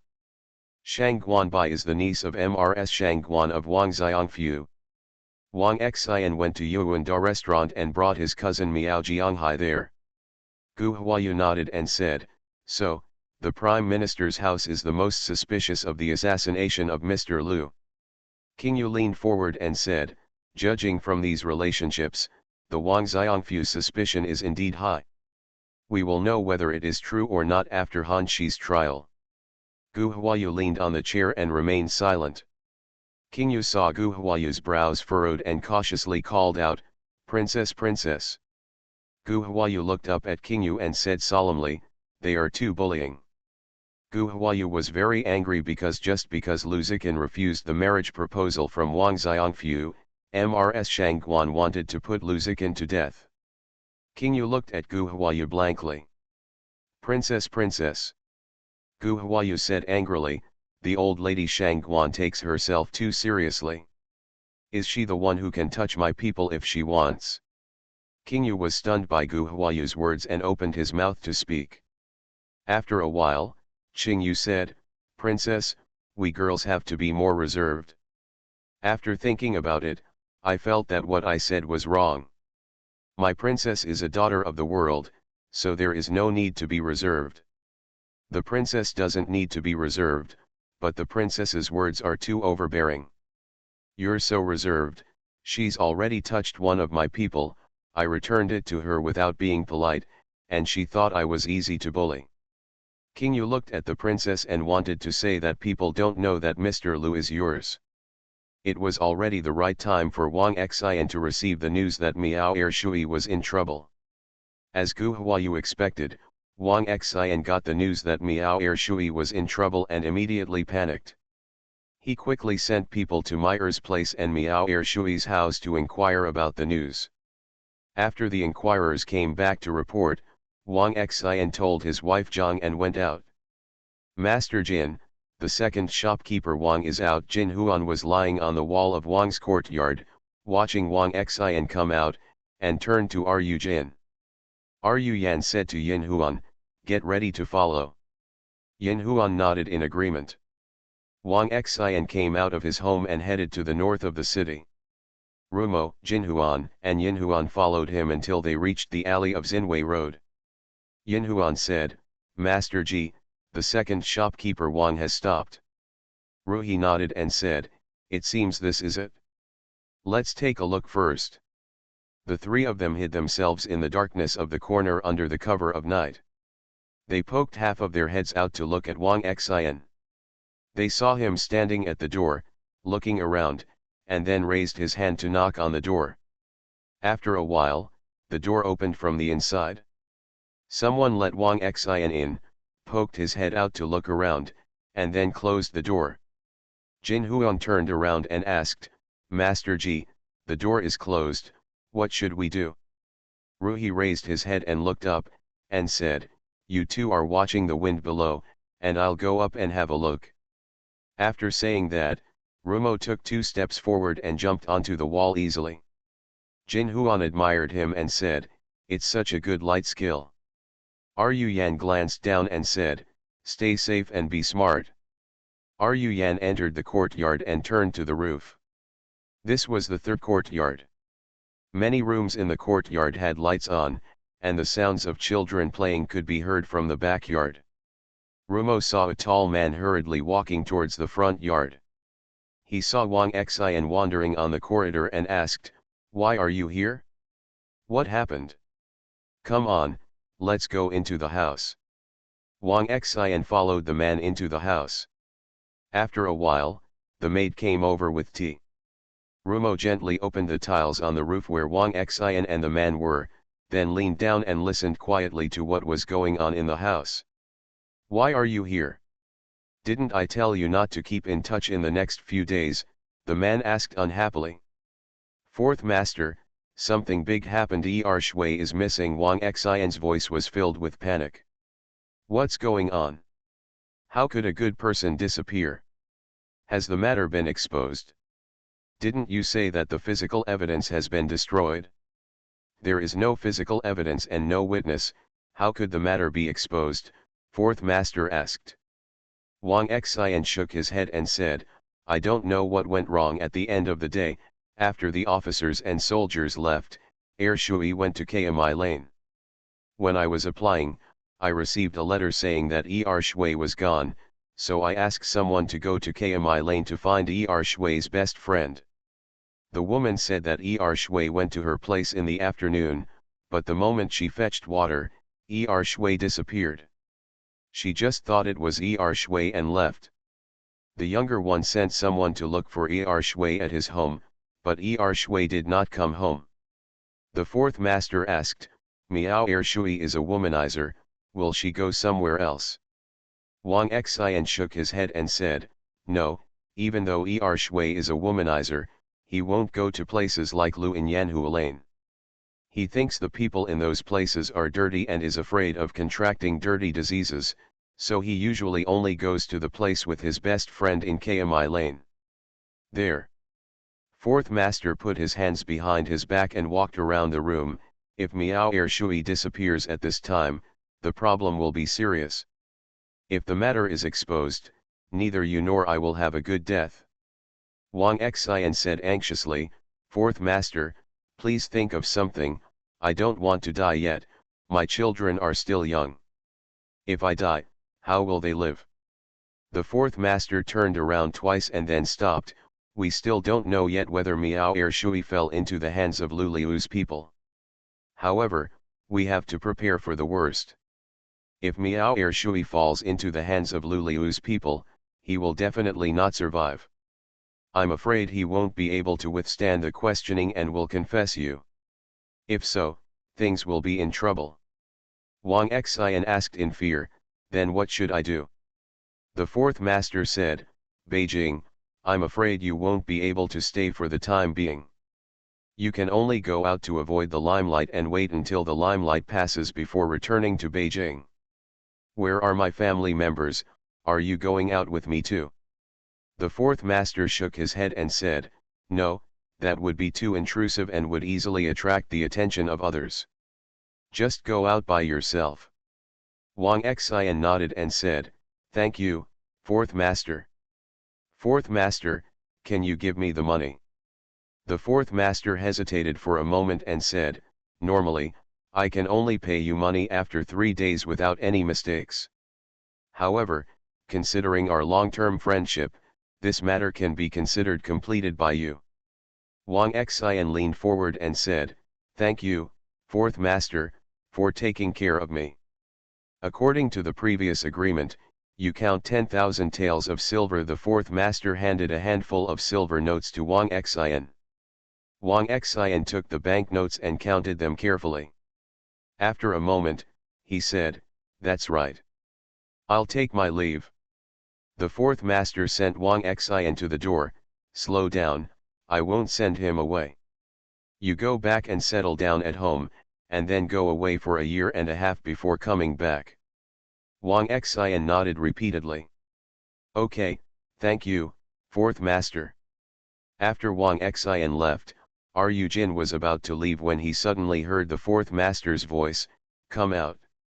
Rishi was startled, thinking that he had been discovered. Just when I was thinking about how to deal with it, I heard another voice, fourth master, do you want to deal with Wang Xian? Fourth master said, we can't take action now. Let's wait until he leaves the capital before causing any accidents. Okay, I understand. The fourth master then said, go and report to Mr. Ruan that the people from Lu Liu's side have captured Miao Shui. Damn it, how did Lu Liu's people find Miao Shui's head? I didn't understand. I was at the scene at the time. Miao Shui's face was covered when he was shooting arrows. Miao Shui burned all the things afterwards. When the officers and soldiers arrived, those things had already been burned to ashes. Could it be that someone in the restaurant saw Miao Shui and tipped him off? Fourth master asked. Impossible. In order to cooperate with Miao Shui, Wang Xian called people into the house to count the hours and prepare to settle the wages for the workers. There was no one else in the yard at the time. The fourth master nodded, I understand. Hurry up and find Mr. Ruan. Yes, little one, let's go. Rumo left before that person. Jin Huan saw Ru Jin coming out and asked, Master Jin, how are you doing? Plucks the golden ring and hides it in a dark place. Immediately I saw someone opening the door and coming out. Ruhan said, follow this person. The 3 of them followed the person in front of them out of the alley, and followed him all the way to the vicinity of Baekang Gate. I saw the man walking to the side door of a house. After looking around, he raised his hand and knocked on the door. After a while, the door opened and the man stepped into the yard. Jin Huan asked, Master Ji, do we want to follow him? Ru Yan turned to look at the Prime Minister Wang's mansion not far away and shook his head. This area is where the guests of the Prime Minister Wang's mansion live. Ruan-san, 8 out of 10, 9 out of 10 are from the Prime Minister Wang's mansion.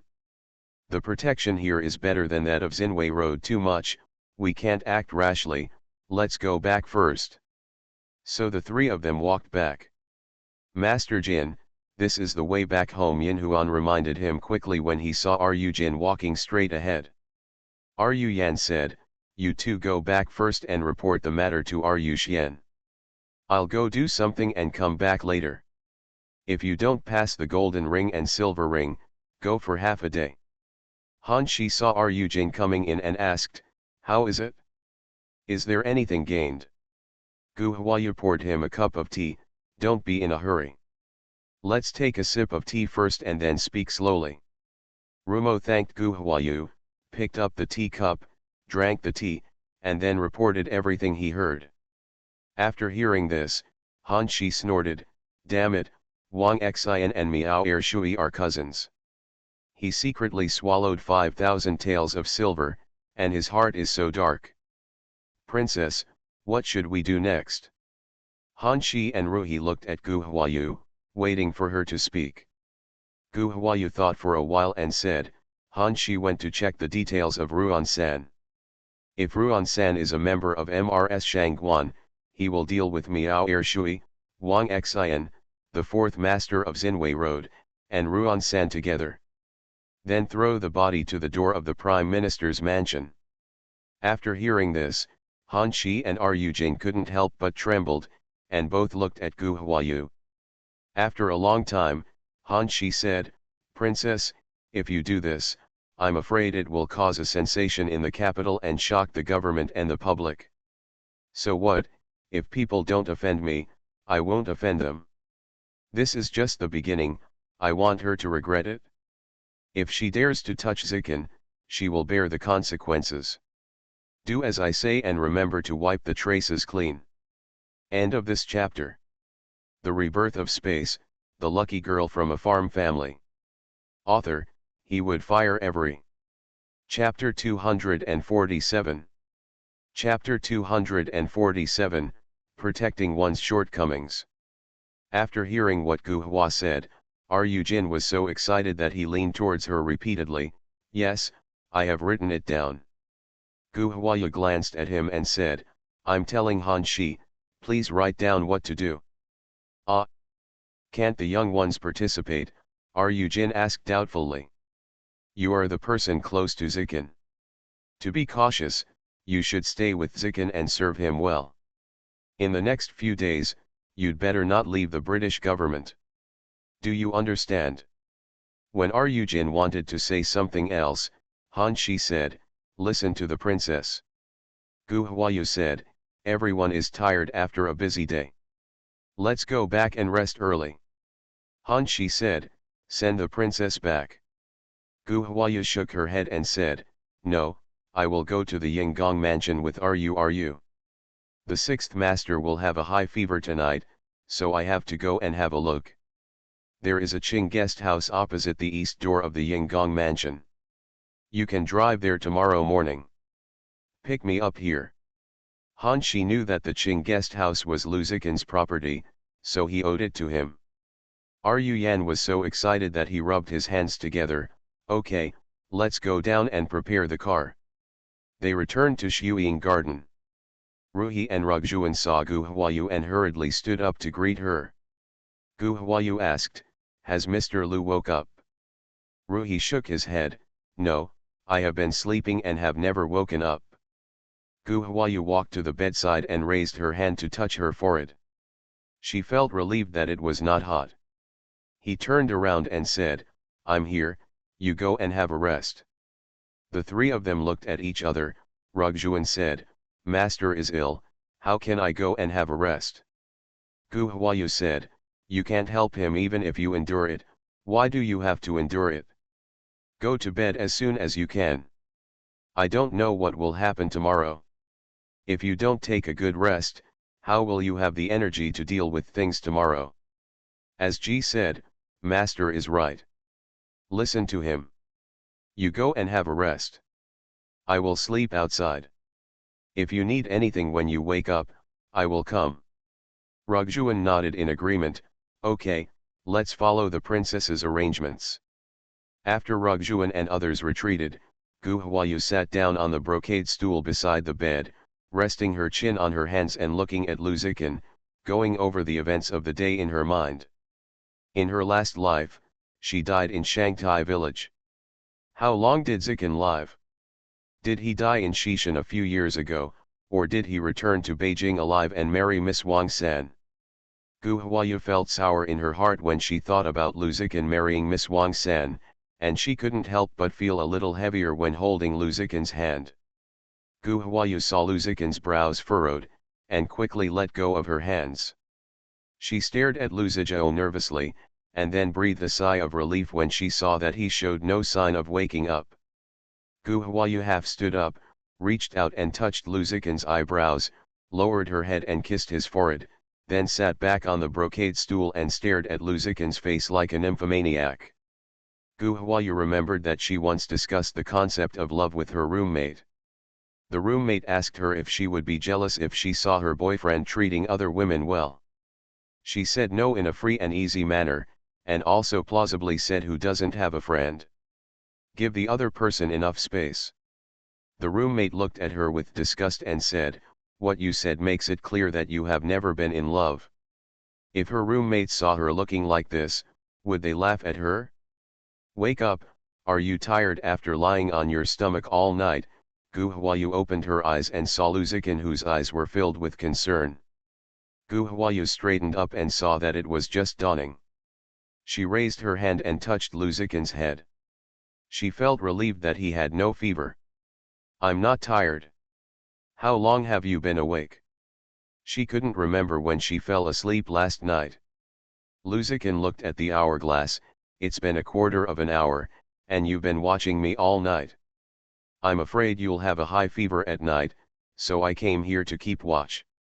Gu Huayu put her hand on Luzikin's hand and felt his pulse. After a moment, he said, the pulse is stable, take good care of yourself for a few days, and wait for the wound to heal. Hearing voices in the house, Ruhi knocked on the door and asked, Master, are you awake? The little one has come in. Gu Huayu said, come in. Ruhi and Rugjuan came in with breakfast and put it on the table. Gu Huayu ordered, Ruhi, wait for Mr. Lu to wash up. No, Luzikin responded immediately. Ruhi spread his hands and looked at Gu Huayu and then Luzikin awkwardly. Gu Huayu asked, what's wrong? Luzikin said, I'm not used to being served by others. I'll do it myself. As he said that, Luzikin was about to get out of bed. You better lie down, be careful of the wound opening. Gu Huayu hurriedly stopped her. Luzikin stopped and said, then you help me wash up. Ruhi and Rugjuan said knowingly, I have something to do, so I'll leave first. Seeing that Gu Huayu was silent, Luzikin thought she was angry, so he said, actually, I can do it by myself. Just be gentle and won't hurt the wound. Gu Huayu said, you lie down and don't move, I'll come. Gu Huayu turned around and went to the bathroom to fetch water and help Luzikin wash up. Luzikin looked at Gu Huayu and asked, are you angry? Gu Huayu looked down at him, shook her head and said, no, I feel very happy. Real? Gu Huayu nodded, really? Luzikin had a smile on his face, I thought you were angry. I am very happy to serve you. By the way, the imperial concubine is holding a flower party in the palace today and invited me to enjoy the flowers, Gu Huayu said while washing Luzikin's face. Today? Luzikin asked. Gu Huayu nodded, yes, the post was sent yesterday. Luzikin frowned and said, I have been away from home in the past few years and I don't know much about the affairs in the palace. In the early years, the palace rarely held flower parties. In my impression, there were almost no flower parties. Why did it suddenly happen? Will the flowers come? Gu Huayu said not wanting him to bother her, so she said, don't worry, I'll be fine. Luzikin said, take the jade pendant I gave you before. If something happens to you, take it to Qianqing Palace to find eunuch Gao. Gu Huayu looked at Luzikin with wide eyes, with a look of disbelief on her face. With that jade pendant, can I still go to Qianqing Palace unimpeded in the palace? Gu Huayu had entered the palace once before. Although the palace does not have 3 steps, 1 post, 5 steps, and 1 sentry, it is pretty much the same. There are servants and guards everywhere. Luzikin nodded, yes, that jade pendant is the same as the fish talisman on my body. They were both given by the emperor. There is no need to ask for an invitation to see the emperor in the palace. Gu Huayu asked, since the emperor has given you the fish talisman, why did he also give you the jade pendant? The effect is almost the same. Lu Zikin shook his head, I'm confused too. I asked Eunuch Gao privately, and Eunuch Gao just said, I just have to keep what the emperor gave me. Gu Huayu thought for a moment and thought to herself, there seems to be something in what Eunuch Gao said. Maybe this jade pendant is a very important item. Thinking of this, Gu Huayu said, then you will give it to me? If I have been living in Xishan and never come to Beijing, and this jade pendant is very important, and the emperor comes back to ask you for it, what will you do? In Lu Zikin's opinion, jade pendants are just ornaments. Which noble family does not have a few decent jade pendants? So I didn't take it seriously. Lu Zikin replied, I was in Xishan at that time. I received a letter that my grandfather was seriously ill. I had to leave Xishan and return to Beijing. I only had the fish charm and jade pendant with me.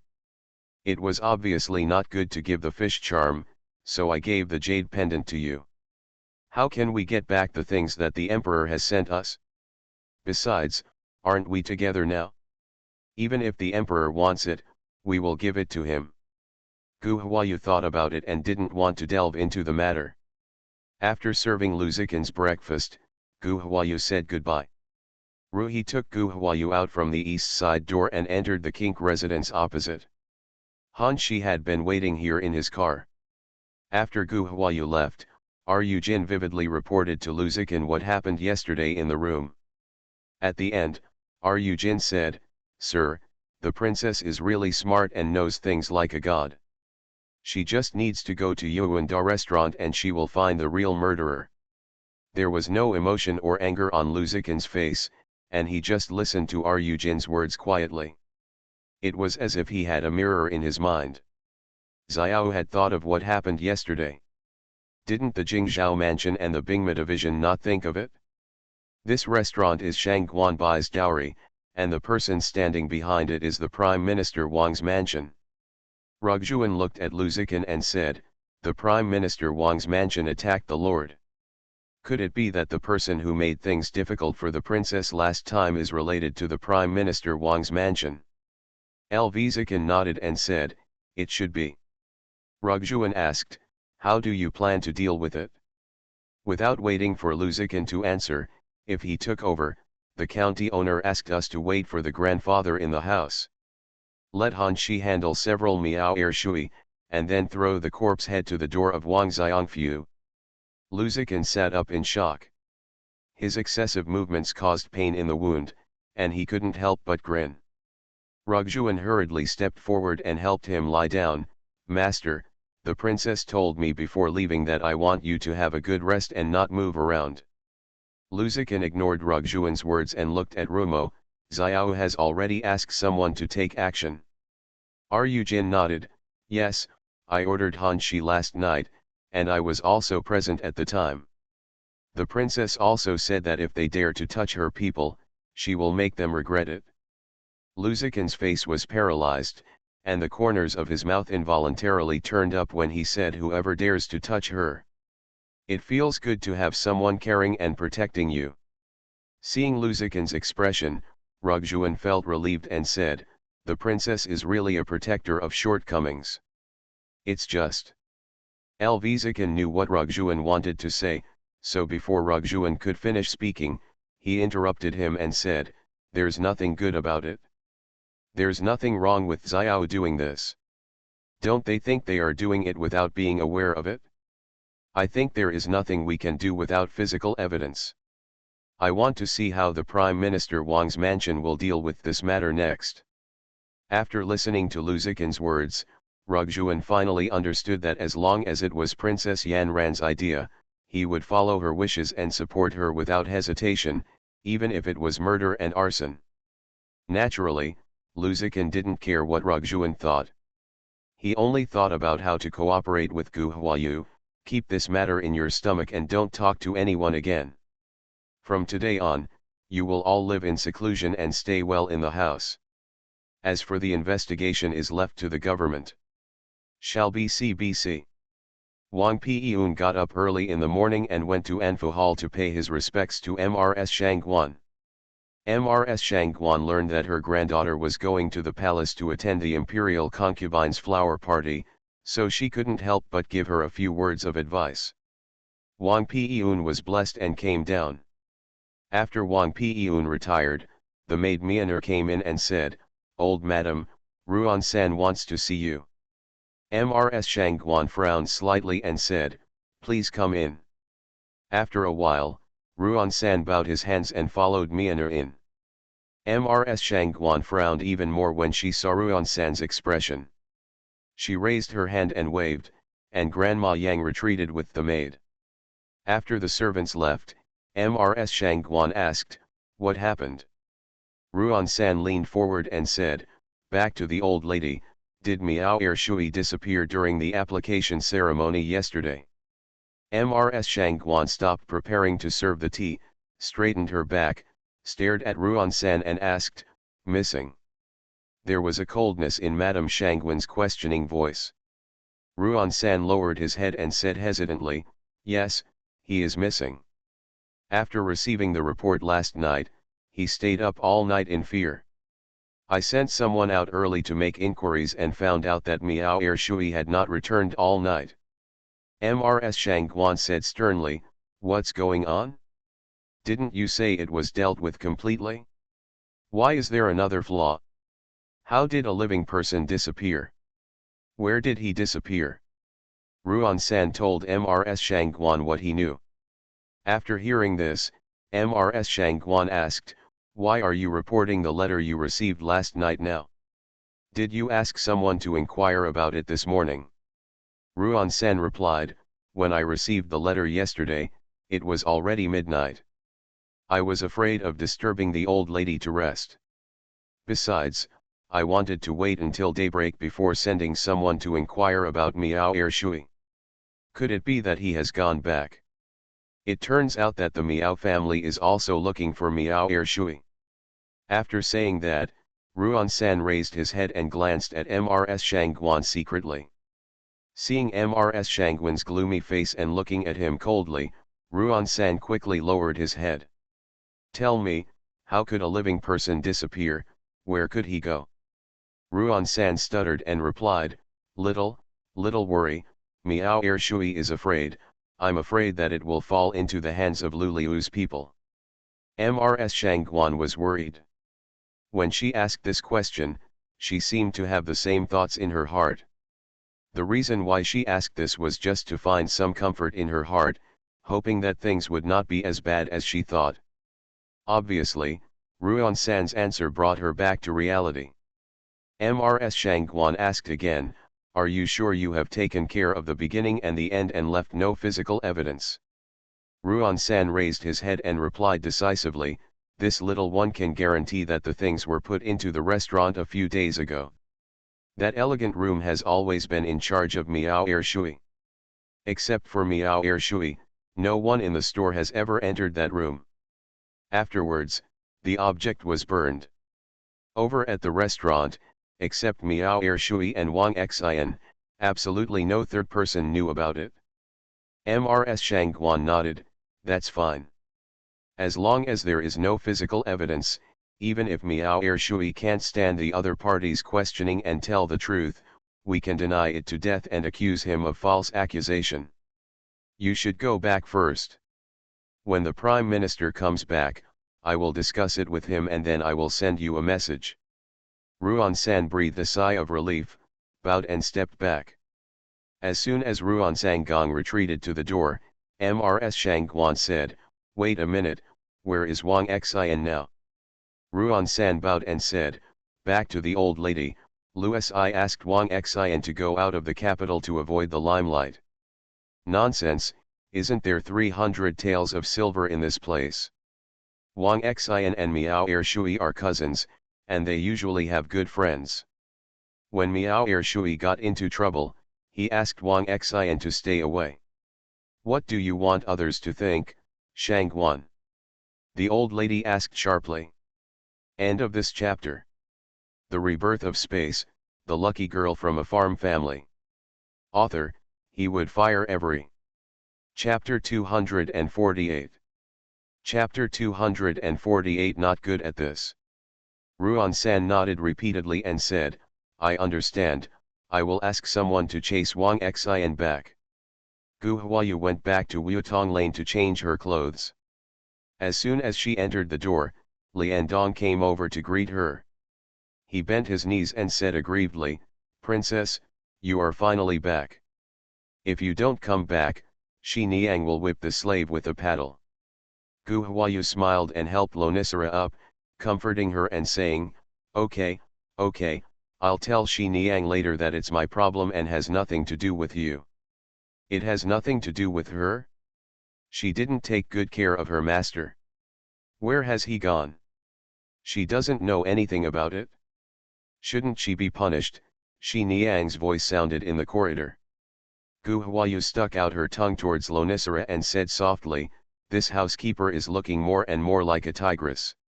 What did the princess say? Shi Niang asked.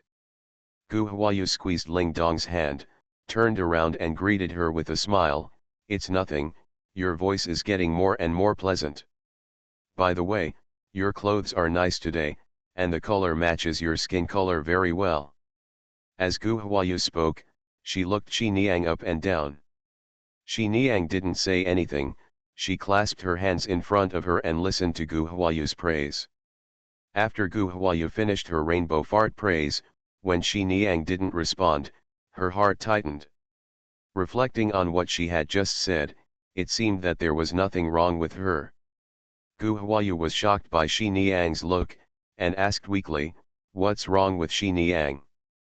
Shi Niang asked with a half smile, have you finished your praise, princess? Gu Huayu nodded, feeling more and more ominous, and responded, well, the praise is over. What's wrong? Did I praise it wrong? Shi Niang said, I wore the same clothes a few days ago. The princess made it clear yesterday that the color of these clothes is not suitable for me. It is said that the skin tone below is spring type and is more suitable for bright colors. The color of this dress on my lower body is too dark, too upright, and too heavy. It will make you look old-fashioned. Gu Huayu raised her hand to her forehead to block Shi Niang's sight, turned her head and asked Lonicera in a low voice, did I say this? Landong glanced at Shi Niang secretly, lowered his head and said, yes, the princess said so. Gu Huayu stuck out her tongue in embarrassment, stepped forward and took Shi Niang's hand and said coquettishly, I'm sorry, I'm talking nonsense today. Don't be angry, stinky foot immortal, okay. Gu Huayu shook Shi Niang's hand as she spoke. Shi Niang bluffed her face and glanced at Huayu, you are the princess, and I am just a stinky fairy. How can I dare to be angry with you? Gu Huayu tilted her head and looked at Shi Niang. She smiled apologetically and whispered, smelly feet immortal, it's meaningless for you to say such things. Our relationship doesn't involve such harsh words. I didn't come home last night, I have something going on and I really can't leave. Shi Niang met Gu Huayu's gaze and said, you are a girl from a big girl's family. What important matter keeps you away all night? Don't you know how important the reputation of a girl's family is? Shi Niang still had a straight face, but her tone softened a lot. Now in the house, Gu Huayu is not afraid of anyone, except Shi Niang. Gu Huayu whispered, the sixth master of the British government was assassinated on the street yesterday. He was hit by 2 arrows and his life was on the line. I stayed at the British government all night yesterday. After hearing this, Shi Niang's face became solemn and asked, is it important? Have you been rescued? Who is so bold as to assassinate a noble son in broad daylight? Gu Huayu shook her head, yesterday, people from the Bingma division and Jingzhou mansion went there, and the streets were closed. As for the extent of the investigation, it's not clear yet. However, it is not an easy matter to dare to assassinate Luya openly in the bustling city of the capital at the feet of the emperor. Shi Niang nodded and asked, "How is Mr. Liu? Have you been rescued?" Gu Huayu blinked at Shi Niang, "If I take action, is there anyone I can't save?" Shi Niang rolled her eyes at Gu Huayu and said, "Yes, the princess is a master of the apricot forest. She has the ability to bring the dead back to life and rejuvenate. With the princess's hands, the disease will be cured naturally." Gu Huayu was not modest at all and said proudly, "That's right." Shi Niang said, "Come on, I know you are powerful. Go and change your clothes quickly. If you are later, it will be too late for the princess to enter the palace for the banquet. It would be disrespectful to enter the palace late for the banquet." Gu Huayu patted her head and said, "Look at my brain, I have completely forgotten this matter." They returned to the house. While changing Gu Huayu's clothes, Shi Niang explained many matters in the palace. She also asked Liao Dong, "Have you written down everything I told you yesterday?" Ling Dong bent his knees and responded, "Go back to Shi Niang, all the servants have written it down." Gu Huayu smiled and said, "Aren't we just going to a banquet?" "Shi Niang, you are giving me such serious instructions, which makes Lonicera and I very nervous." Shi Niang said solemnly, "It's okay to be nervous, but you two don't take it seriously.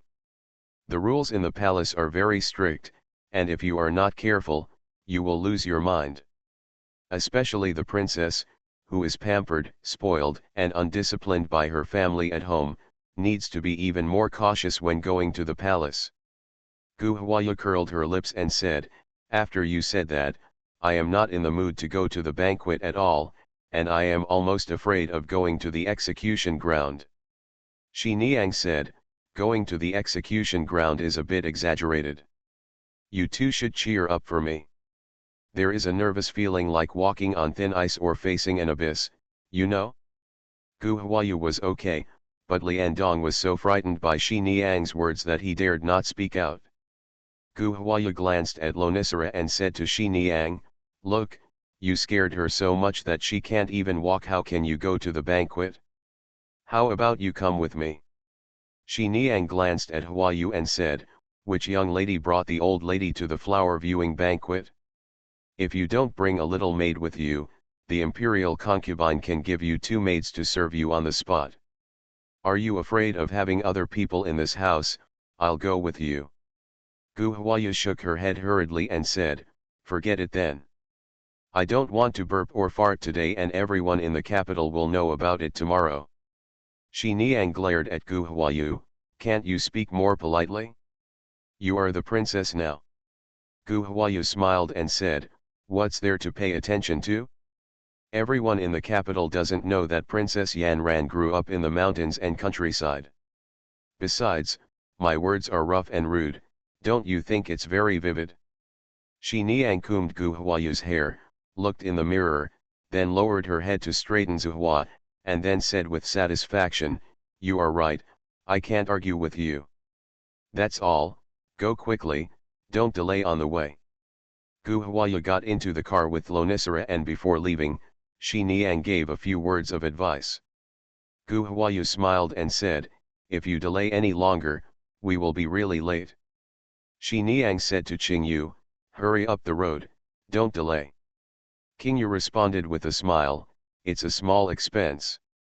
When Gu Huayu arrived at the palace gate, she happened to meet the Lin sisters from Ning Yuanho's house and Kui Xinyi from Kui Shangshu's house. After the 3 parties greeted each other, the group went to Huaqing Palace together. Lin Wanjiao looked back at Gu Huayu from time to time. Gu Huayu pursed her lips and said with a smile, "Sister Yu, what's wrong? Is there something on my face?" Lin Wanjiao had a good relationship with Yemingjin, and learned from Yemingjin that Gu Huayu was good at skincare. She has had several pimples on her face recently and is very distressed. Lin Wanjiao knew that it was rude to stare at people, so she lowered her head in embarrassment and said apologetically, "I'm sorry, it was me who was rude." Lin Wanghuan knew what his sister was thinking. He turned his head to look at Gu Huayu and said half-jokingly, "The princess is so beautiful that people can't take their eyes away." That's why my sister keeps looking at the princess. Gu Huayu didn't mind, and replied with a smile, sister, you looks like Xiajiabiu, and she is also very good looking. Kui Yuxin squinted at the three people who were complimenting each other and walked forward quickly. The accompanying maid and woman hurriedly followed him. The Lin sisters are gentle and unassuming, but extremely sensitive. At this time, seeing Kui Xinyi walking away quickly, the two sisters looked at each other, and then awkwardly said to Gu Huayu, Princess, let's go in too.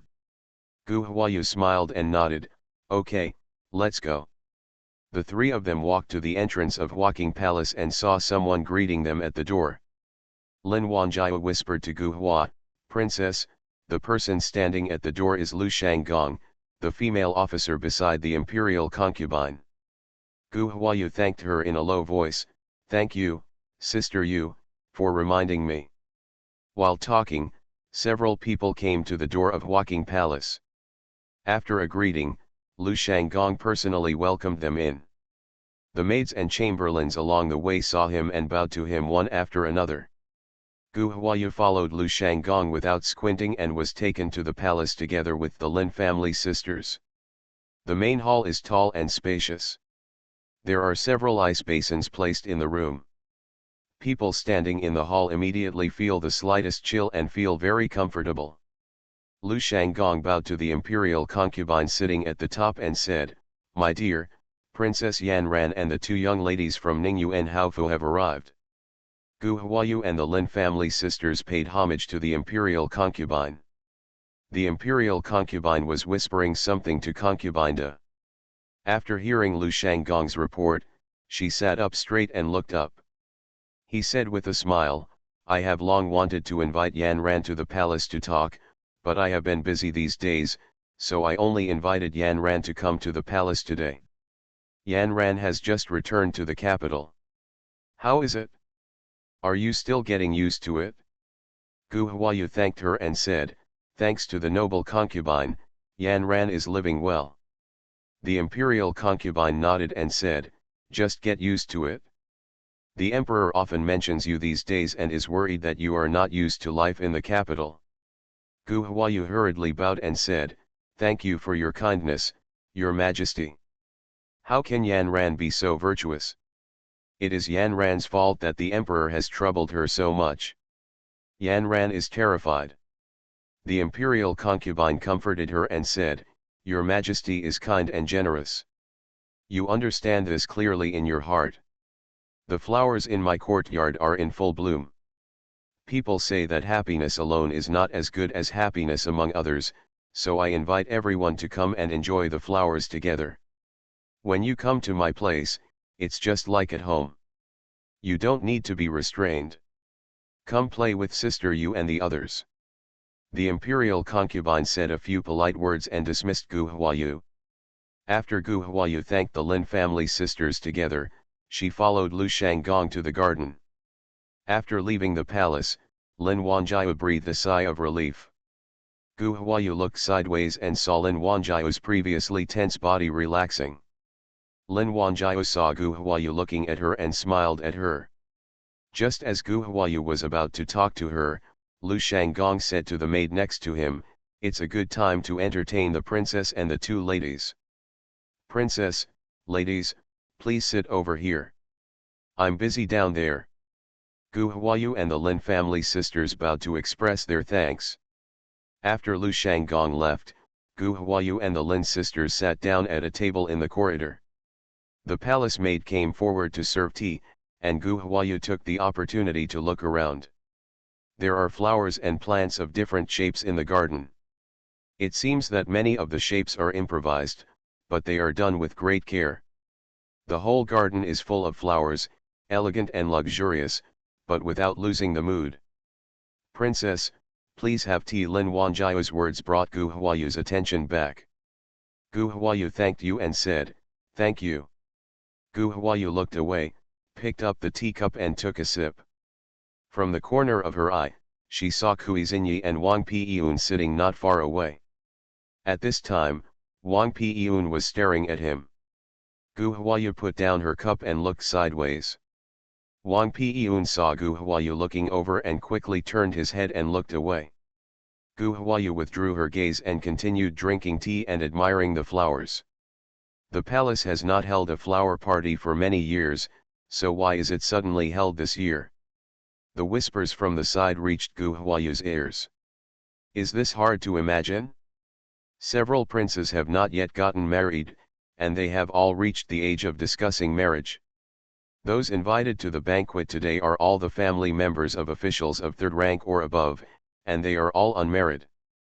Oh, that's it, let me tell you, I wonder which lady the ladies will choose.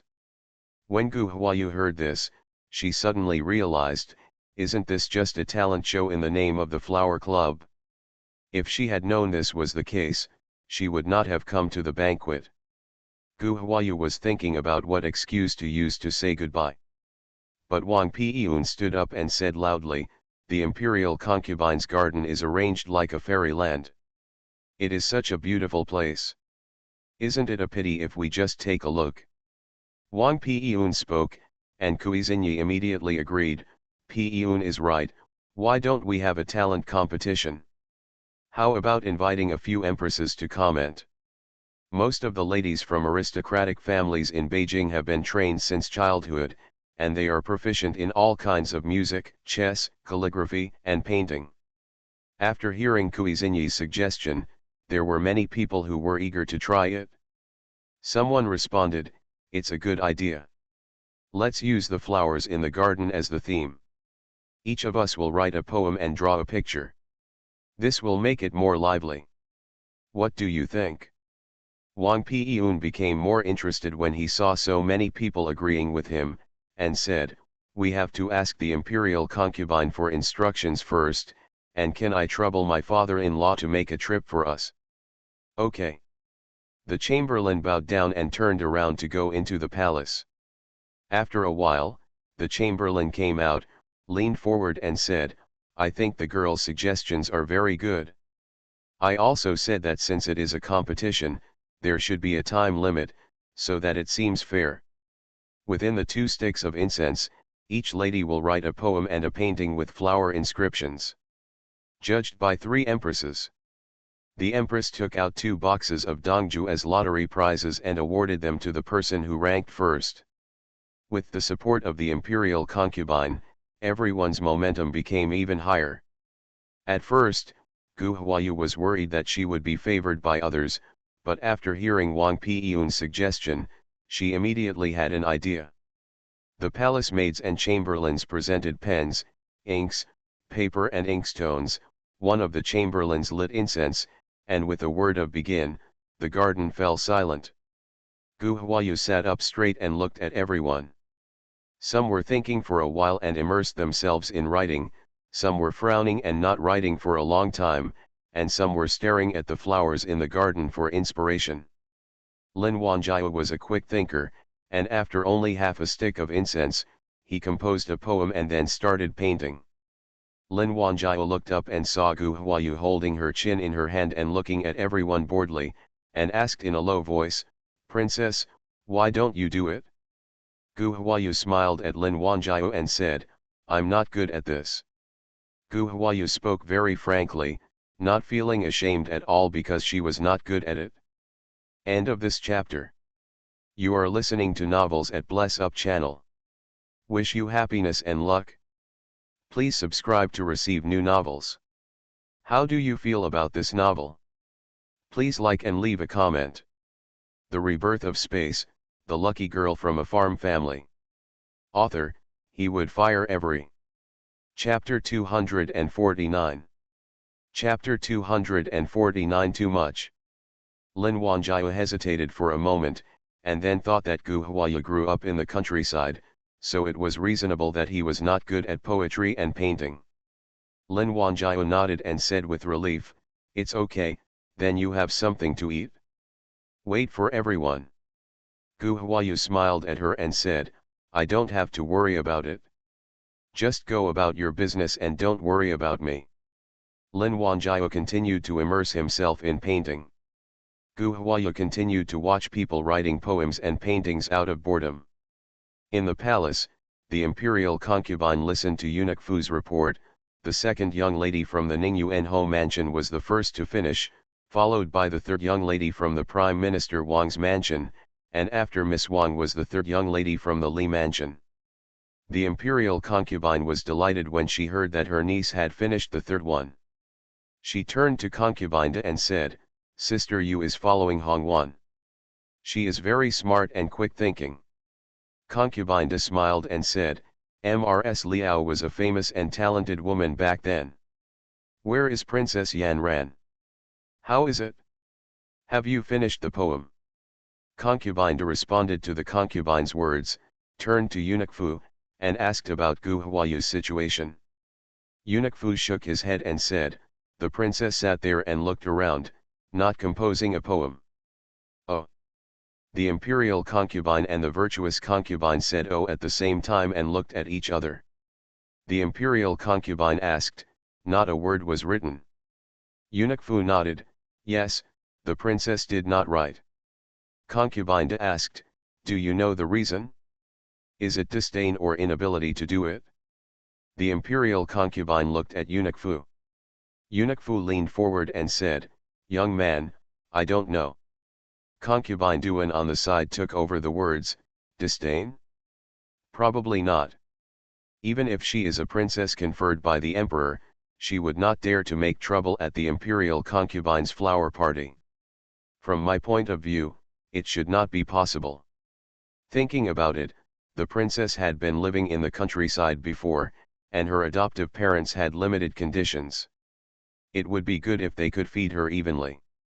Where can she afford a husband to teach her how to play piano, chess, calligraphy, and painting? The imperial concubine nodded, "That's true. It's a pity. She was born with beautiful face, and her beauty is alluring to the country and the city. It's all in vain. Alas." After the imperial concubine finished speaking, she let out a long sigh. Concubine Da was silent and doubtful. For her sake, Luzikin did not hesitate to contradict his father and even went to the king himself to cancel the engagement. Is it just because of the skin? When did Luzikin become so shallow? Lu Shanggong came in with a stack of papers, leaned forward and said, "Madam, the girls have finished their work. The poems and paintings are all here. Please take a look at them. There are 4 empresses in the palace. Concubine Li is not feeling well. The concubines present are Concubine Duan and Concubine Da." The imperial concubine took the paper and asked, "Are they all here?" Lu Shanggong nodded, "They are all here. Princess Yan Ran only wrote her name. I asked the princess why she didn't do it. The princess said that she was not good at writing poems and paintings, so she didn't show off her shame." The imperial concubine nodded, "I understand, go down and do your work." Concubine Da took the scroll handed out by the imperial concubine, lowered her head and flipped through it, but could not find Gu Huayu's scroll. Turning his head to look at Concubine Duan, he asked, "Do you have Princess Yan Ran's scroll in your hand?" Concubine Duan lowered her head to look through it and pulled out a blank scroll with only her name written on it. Concubine Duan stared at the words and said, "The word princess is so beautifully written." The imperial concubine took it and looked at it, and couldn't help but praise, "What a beautiful hairpin in small regular script." Concubine Da leaned over and took a look. Judging from the handwriting, the princess doesn't know how to write poems or paintings. Who would believe it? It doesn't look like she doesn't know how, but she disdains it. The imperial concubine's face darkened. She raised her head and said to Mr. Fu, who was standing beside her, "Let the princess come in to see me." Eunuch Fu bowed his body and left. When Lu Shanggong came to collect the papers, Wang Piyun and Kui Xinyi stared at Gu Huayu.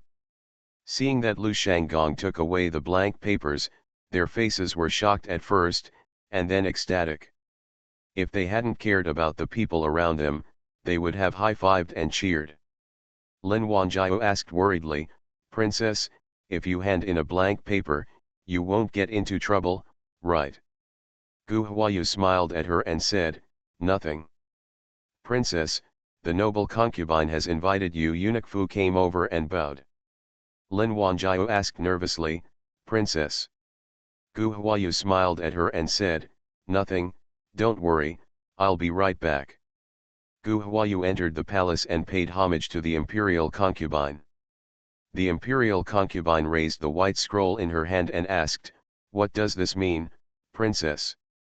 Gu Huayu looked at the imperial concubine with a confused face, and asked in confusion, I don't understand what the empress means. The imperial concubine was so choked by Gu Huayu's rhetorical question that she didn't know how to answer. Concubine narrowed her eyes slightly and looked at Gu Huayu. She didn't know whether Gu Huayu was ignorant and fearless, or calm and composed. Regardless of whether it is the former or the latter, it is not easy for a person to face 3 harem empresses without changing his expression. Concubine Duan smiled and took over the words, Concubine Duan is asking you why you don't write poems or paintings, but come up with a white scroll. After hearing this, Gu Huayu lowered her head and asked timidly, Isn't there a flower viewing party at Huaqing Palace today? Concubine Duan was stunned for a moment, then smiled and said, Of course it's a flower appreciation party. Misses from other families are all writing poems and paintings based on the flowers in the concubine's garden. Why doesn't the princess do it? Gu Huayu was disgusted with concubine Duan's question. Isn't she just a concubine? What's the point of putting on airs and showing off one's authority? He said calmly, Yan Ran didn't know that while appreciating flowers, she also had to write poems and paintings. Besides, Yan Ran thought that such activities were voluntary. Yan Ran grew up in the countryside and was not good at these things, so she stopped doing it. Concubine De looked at Gu Huayu's paper and said, The princess is good at calligraphy. It can be seen that the princess is not illiterate. Before Concubine De had finished speaking, the imperial concubine interrupted her and asked with a smile, The princess is not good at these things. What is the princess good at? Gu Huayu looked at the imperial concubine who was smiling less than her eyes, and Fu Shen replied, What Yan Ran knows is just something that a country boy can learn, and cannot reach the level of elegance. Yan Ran won't slander the ears of the ladies by saying it. The smile on the imperial concubine's face froze. She had been in the harem for more than 20 years and had been in charge of the emperor's harem for more than 20 years. Over the years, who has met her without being respectful and polite? Who dares to be like this wild girl and dare to flirt with her without giving her any respect? She just saw that the emperor gave this wild girl the title of princess. In order to please the emperor, she sent more posts at Huawei today.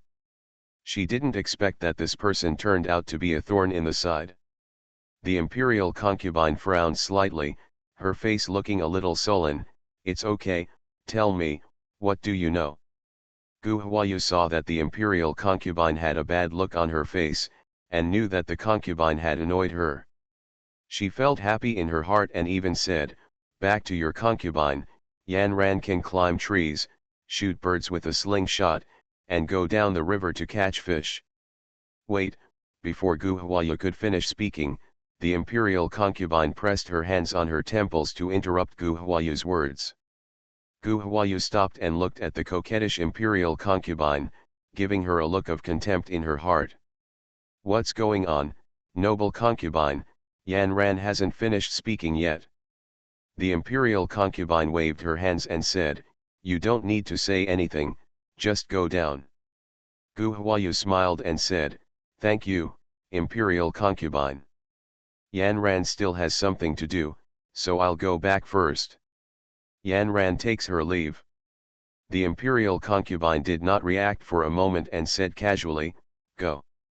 Gu Huayu took 2 steps back, turned around, walked out of the palace, and walked straight to the palace gate. The voice of concubine came from behind, She just left like this? It's so unreasonable. It was only then that the imperial concubine realized what Gu Huayu meant by saying goodbye.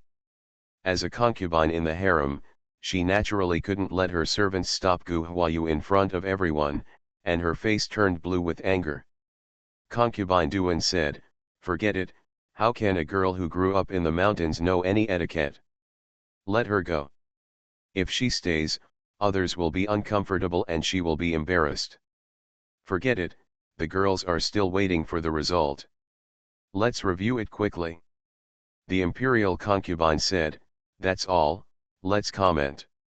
From the moment Gu Huayu entered the palace, Wang Piyun's attention was on the palace door. Seeing Gu Huayu coming out of the palace and walking straight to the palace door, he quickly pulled Kui Xinyi with his hand and nuzzled at her. Kui Xinyi looked over and raised her voice, "The flower party has just begun." "What's wrong?" "Princess Yan Ran is about to leave." As soon as Kui Xinyi called out, everyone looked at Gu Huayu. Gu Huayu turned to look at Kui Xinyi and said, "I still have something to do, so I'll go back first. You guys take your time and play. The princess can't compose poetry, so she's frightened, right?" Kui Xinyi said awkwardly. Gu Huayu nodded, "Well, Miss Kui is right, I'm not good at writing poems, but I left not because I was scared, because I have something to do." "Hey, you really can find a way for yourself," Kui Xinyi curled her lips and said. Gu Huayu was amused by her and said, "Don't curl your lips, I don't think that those who can write poetry are great, nor do I think that I am inferior just because I can't write poetry. Because, what I am good at is you." "Not likely." Kui Xinyi blurted out, "Then tell me, what are you good at? Let's show it to everyone." Kui Xinyi took a step forward as she spoke, looking at Gu Huayu provocatively, as if she would never leave unless you show her off. Gu Huayu said calmly, "I grew up in the mountains. I often went up to the mountains to play with my brothers. I am very accurate at throwing stones. How about I show you something?" Kui Xinyi smiled and said, "The princess is really good at joking. Can throwing stones be considered a talent? Can something that a 3-year-old baby can do also be considered a talent?" Gu Huayu smiled and said, "I didn't say it was talent. You kept saying it was talent. I only said that I am good at this, not good at reciting poems and painting. I can't explain it to someone like you. I have something to do and I have to leave." After Gu Huayu finished speaking, she turned around. Wang Piyun said hurriedly, "Since the princess said she is good at throwing stones, she can show her a little bit, so that I can wait and see." Someone echoed, "Yes, the princess can show it off." Gu Huayu shook her head, wondering, "It's still not possible. This is the imperial concubine's garden. Everything is carefully decorated by the imperial concubine. If it is damaged by the imperial concubine, it would be a big sin. We have a long time to live, and there will be many opportunities in the future. Let's go." Wang Piyun finally caught the opportunity. How could he let Gu Huayu go, and said, "How can we gather everyone together another day? Let's ask the imperial concubine to find an open space in Huaking Palace for the princess to show off her skills." Wang Piyun deliberately used the word fist and foot in a strong way. Kui Xinyi covered her mouth and snickered. Wang Piyun turned around and was about to tell the chamberlain around him to let him into the palace to report. Gu Huayu said first, "We would be too ignorant to disturb the imperial concubine with this trivial matter. Since Miss Wang wants to see me show off so much, I, the princess, will grant Miss Wang-san's wish." Gu Huayu turned around and walked to the previous table, took a piece of rice cake from the plate and picked it up. Lin Wanjiao reminded in a low voice, "Princess, this is Huaking Palace, there is no need to take advantage of them." Gu Huayu smiled at Lin Wanjiao and said, "Thank you, sister Yu. It's okay, don't worry." Wang Piyun didn't know what Gu Huayu was doing with her head down, so she urged, "Since the princess said that there is no need to disturb the imperial concubine, she has an idea. The princess might as well show it to me quickly and open my eyes." Gu Huayu turned to look at Wang Piyun and said, "I'm not in a hurry for anything, why are you in a hurry?" After Gu Huayu finished speaking, she lowered her head and continued her movements. After a while, Gu Huayu looked at the work in her hand and nodded with satisfaction. Gu Huayu raised her head and looked at Wang Piyun and Kui Xinyi. Said, "You two are so eager to show me, can you cooperate?" Wang Piyun felt wary and asked, "How do you want us to cooperate?" Seeing Wang Piyun's vigilant look, Gu Huayu smiled and said, "Why are you so nervous, Miss Wang? In the walking palace of the imperial concubine, can I still kill you too?" Wang Piyun thought about it. In walking palace, no matter how bold Gu Huayu was, he would not dare to do anything extraordinary. Thinking like this, Wang Piyun's heart relaxed. Asked, "Tell me, how do you want us to cooperate with you?" Gu Huayu looked around and saw many people looking at them with gossipy faces. Similarly, when watching other people's excitement, naturally the more exciting the better. Lin Wanjiao reminded, "Princess, please bear with your anger for a moment and avoid worrying for 100 days. Don't act out of your anger." Gu Huayu smiled and said, "Sister Yu, don't worry, I know what's going on. You should be more relaxed." "How can Sister Yun and I cooperate with you?" Kui Xinyi said impatiently. Gu Huayu looked up and said with a smile, "Miss Kui, what are you anxious about? If you two are willing to cooperate, will I escape in the middle of the battle?" As Gu Huayu talked, she walked to the side. She was about 3 or 4 feet away from Wang and Kui. "Where are you going, princess?" Before Wang Piyun said the word go, she felt something flying towards her. She wanted to hide, but her brain had an idea, but her limbs couldn't react. Just for a moment, people didn't even see clearly how Gu Huayu took action. They saw Wang Piyun standing there in shock, eyes staring up like bells. Everyone looked at Wang Piyun again, with a cute pig head hanging on a hairpin. The scene was silent, and someone burst out laughing, "This pig is too cute." A burst of laughter followed. Wang Piyun saw people laughing, but he didn't know why they were laughing. He looked at this and that in annoyance, then turned to look at Kui Xinyi. "They are laughing." Wang Piyun was shocked when she saw the pig on Kui Xinyi's head.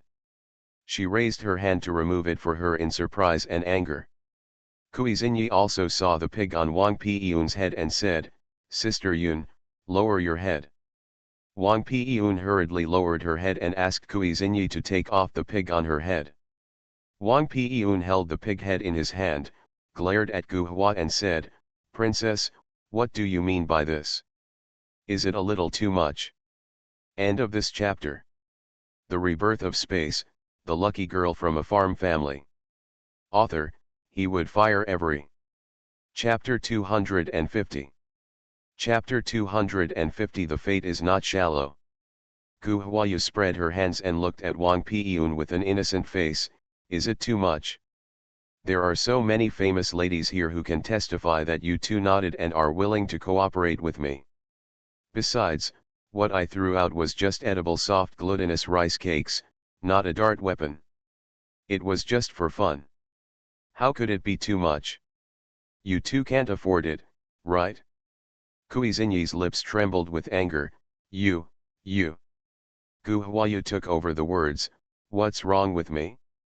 Aren't you the one who strongly asked me to show my hand? I have already said that the days ahead will be long, but you two still refuse to give up. You two be careful, don't think I don't understand. Don't you two just want me to lose face in front of everyone and then laugh at me? Although I am not good at reciting poems and painting, I am good at this, right?" Gu Huayu pointed at the pig in Wang Piyun's hand, without giving her a chance to speak, and then said, "I'm giving you 2 pigs today, and you two can accept them without any return gifts or thanks. I have something else to do. You can enjoy the flowers slowly. Farewell here. Goodbye." After speaking, Gu Huayu blessed her body and body, which was regarded as a gift to everyone. Gu Huayu took 2 steps, looked back at Wang Piyun, and said, "By the way, we have a close relationship. When we meet again in the future, think about what you are good at and let's continue playing next time." After saying that, Gu Huayu raised her eyebrows at Wang Piyun, then turned around and strode away. Wang Piyun gritted his teeth in anger as he looked at Gu Huayu, who was swinging his arms and leaving. Sister Yun, are we going to let her go like this? Kui Xinyi asked, looking at Gu Huayu's back. Wang Piyun was silent. She didn't want her to leave, but she couldn't stop her. Kui Xinyi turned to look at Wang Piyun. Seeing Wang Piyun's eyes filled with anger, she asked, Sister Yun, what's wrong with you? Wang Piyun withdrew his gaze, sat down first, and said, nothing, just sit down first. Kui Xinyi sat down and did not dare to speak any more. Eunuch Fu reported everything that happened in the garden to the concubine one by one. The imperial concubine said unhappily, what a ignorant girl. Concubine Duan advised, it's just a girl who doesn't understand etiquette. Concubine, you don't need to take it to heart. The imperial concubine pressed her temples and said, that's all, let her be, and just don't mess with her in the future. If something happens, there will be a law waiting for her. Is Fang Mingfang the lady of Fang Shangshu of the Ministry of Rights? This handwriting is so good. Concubine leaned towards the imperial concubine and looked at the scroll in the imperial concubine's hand absent-mindedly. Her mind had not yet turned away from Gu Huayu's matter. Gu Huayu called Lonisara to the place where the servants were resting, and the master and servant walked out of the palace. After leaving the palace, they found King Yu and the three of them took the car back to Wutong Lane. Back to Wutong Lane, Shi Niang saw the three people coming back and asked in surprise, why are you back so early? Gu Huayu answered truthfully. She thought that Shi Niang would scold her a few words after hearing this. Unexpectedly, Shi Niang didn't reproach her at all. She just said, I didn't sleep well last night. Go and have a rest. I'll have someone call you at dinner time. Gu Huayu was indeed a little sleepy, so she said, okay, I'm going to take a nap. Don't call me until dinner time. I'll get up and eat when I'm full. Shi Niang nodded in agreement, okay, I understand, let's go. Gu Huayu returned to her small courtyard, turned on the bed and fell asleep. By the time she woke up, it was already a quarter before the second day of the new year. Gu Huayu got up and had something to eat, then turned to the study to look through the things Huada had collected. The fire 15 years ago burned everything completely, and there are very few clues that can be found now. Gu Huayu flipped through it for a while, mostly stuff she knew, but there was no progress. Gu Huayu lay on the table, supporting her chin with her hands, frowning and going over the matter, but still couldn't think of a way to break through. Normally speaking, now that she is in the light and the enemy is in the dark, they should take action if they know that she is alive. The other party was motionless, as quiet as a deep lake, which made her feel a little nervous. Gu Huayu murmured to herself, would it have been more conducive for her to find the truth if she had accepted Huaru Yiming and Liu's proposal to live in Hua Mansion? Gu Huayu sat up straight and took a few deep breaths to calm down her anxious mood. Sui Er and King Zhou came in while talking. Seeing Gu Huayu in the room, he asked in surprise, is the princess at home? Gu Huayu nodded, what are you talking about? Sui Er said, back to the princess, I was chatting with King Zhou about half a day's leisure time in the east of the city. The east side of the city was supposed to open in a few days. Now that Giyun Pavilion is in trouble, the opening day may be long postponed. Gu Huayu frowned slightly and asked, oh. Giyun Pavilion is suspicious of us. Sui Er smiled and said, we have done it so obviously. If they still don't suspect us, they will be really confused. They have been in Beijing for 2 months and have opened 7 or 8 restaurants for half a day, and they are all located near Giyun Pavilion. Gu Huayu nodded and said, that's right. What kind of hindrance can they put in the way? Our shops have all been registered with the government office. According to the formal procedures, the money that should be paid is not less than a penny. What kind of hindrance can they put in our way, son? Su'er said, the Giun Pavilion today is not the Giun Pavilion when the head of the family was here. Where are the rules? If they can improve their methods to get on the stage, they will be looked down upon below. The problem is that they use such dirty methods to make people unbearable to look at them. Gu Huayu knew something in her mind and asked, what did they do? King Zhu took over the message. Last night, they had people throw excrement at the door of our shop. The whole street stunk. Who would come to eat? Gu Huayu said, they can also use the trick of killing 1,000 enemies and damaging themselves by 800. Giun Pavilion is right opposite us. There are no guests in our house, so he has guests. Can he still block the stench and prevent it from going to Giun Pavilion? What kind of brain?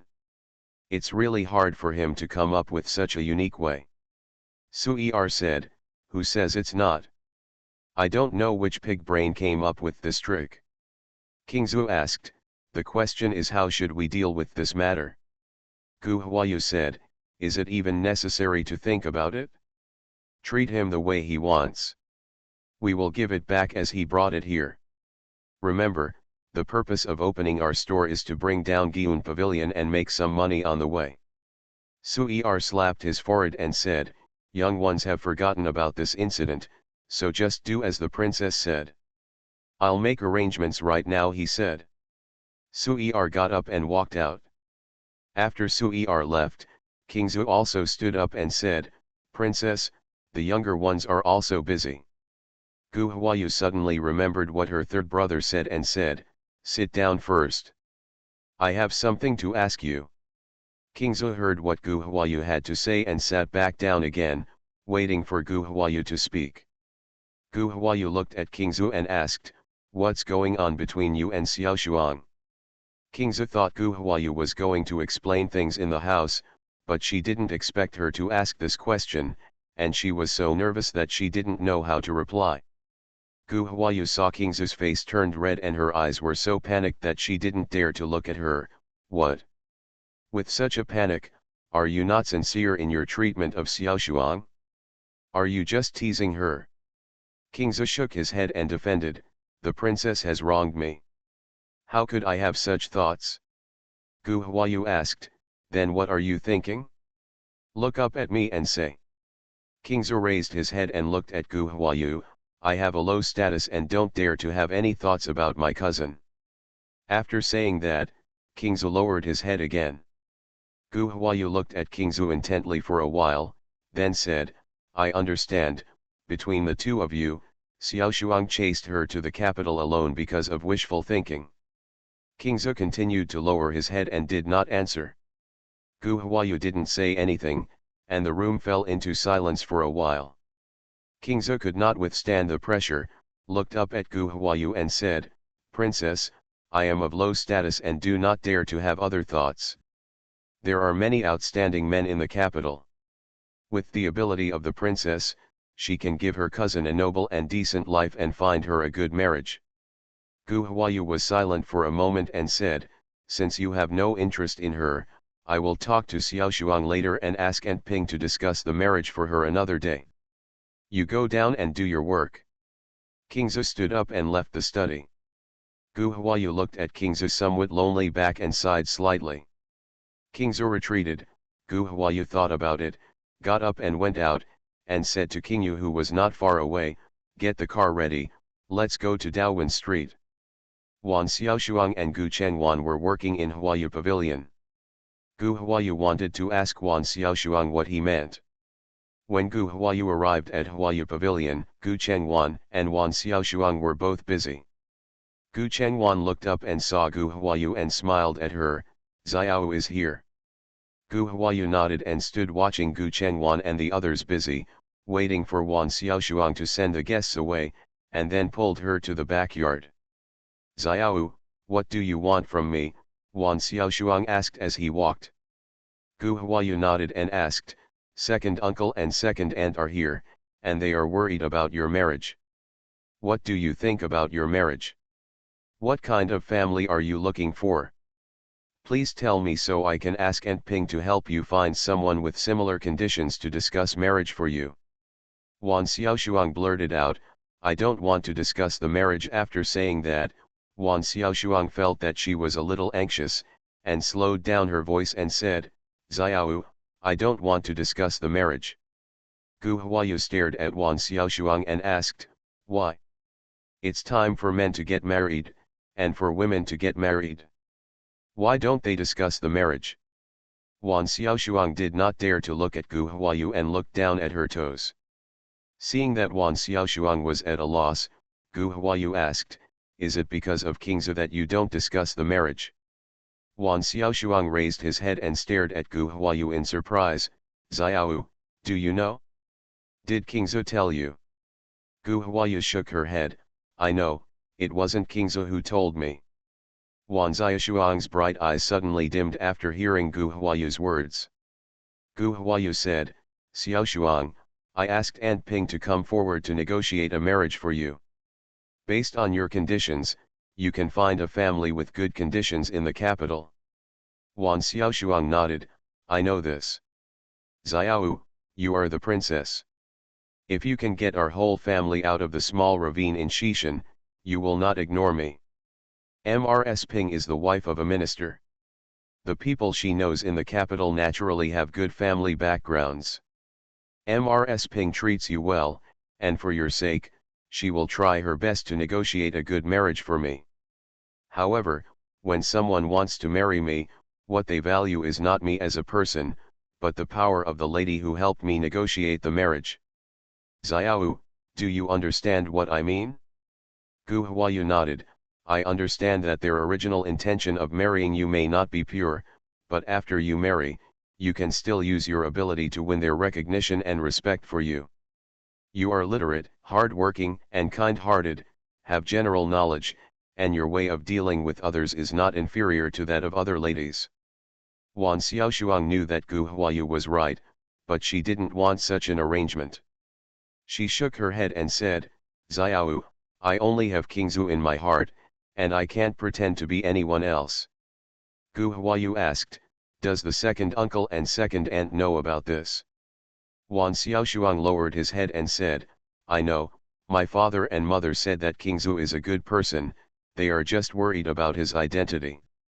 Gu Huayu asked, do you really want to marry Qingzu? Gu Huayu asked seriously. Wan Xiaoshuang looked up at Gu Huayu and nodded seriously, yes, I won't marry anyone but him. Gu Huayu said, okay, I understand, prepare to be the bride. I will ask Aunt Wang to organize the wedding for you. Xiao, what you said is true. But, Qingzu, happiness came so suddenly that Wan Xiaoshuang couldn't react. What are you doing? Why don't you go and tell him the good news? Tell him that I am deporting him. Gu Huayu raised her hand and pushed Wan Xiaoshuang out. Wan Xiaoshuang came back to her senses and thanked her, Xiao, thank you. I'll go back first. Gu Chengwan saw off the customers, and when she came back, she met Wan Xiaoshuang, who was running out like the wind. Xiaoshuang, where are you going? Wan Xiaoshuang said without looking back, I have something to do, so I'll go back first. Gu Chengwan turned to look at Gu Huayu and asked, what's wrong with Xiaoshuang? You're so anxious. Gu Huayu replied, busy about life's big things. Gu Chengwan wanted to ask about something important in life. A guest came in. Gu Chengwan turned around to greet the guest, Xiao, I'll go and get busy first. Gu Huayu came out of the shop and saw that it was getting late, so she asked Qingyu to take her to the west of the city. When Gu Huayu arrived at Qing's guest house, Ruhi was already waiting there. Gu Huayu asked, is Mr. Lu okay? Ruhi leaned over and said, Master, the sixth master is in good spirits. He knew that the princess was coming to the palace today, so he was a little worried about the princess. He sent the young one to see her a few times in the afternoon. Gu Huayu felt warm in her heart and said, wait while I change my clothes. Ruhi leaned over and said, okay.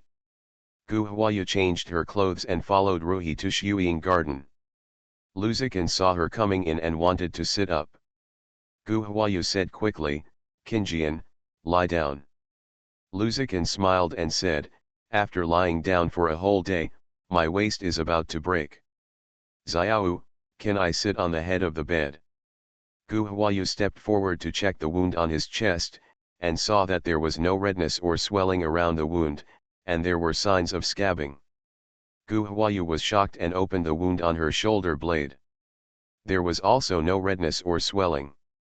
Luzikan saw that Gu Huayu looked wrong and asked, Xiao, what's wrong? Is there something wrong? Ruhi came over, looked at the wound, and asked, Master Liu's wound heals so quickly. Luzikan lowered his head to look at the wound on his chest and asked, my wound heals quickly. Gu Huayu nodded, yes, an ordinary person may not be able to heal to this extent in 5 days for such a deep wound. What do you mean? Xiao, you said I'm not an ordinary person, Luzikan asked. Gu Huayu replied while dressing the wound, judging from your body that is not afraid of poison, you don't look like an ordinary person. End of this chapter.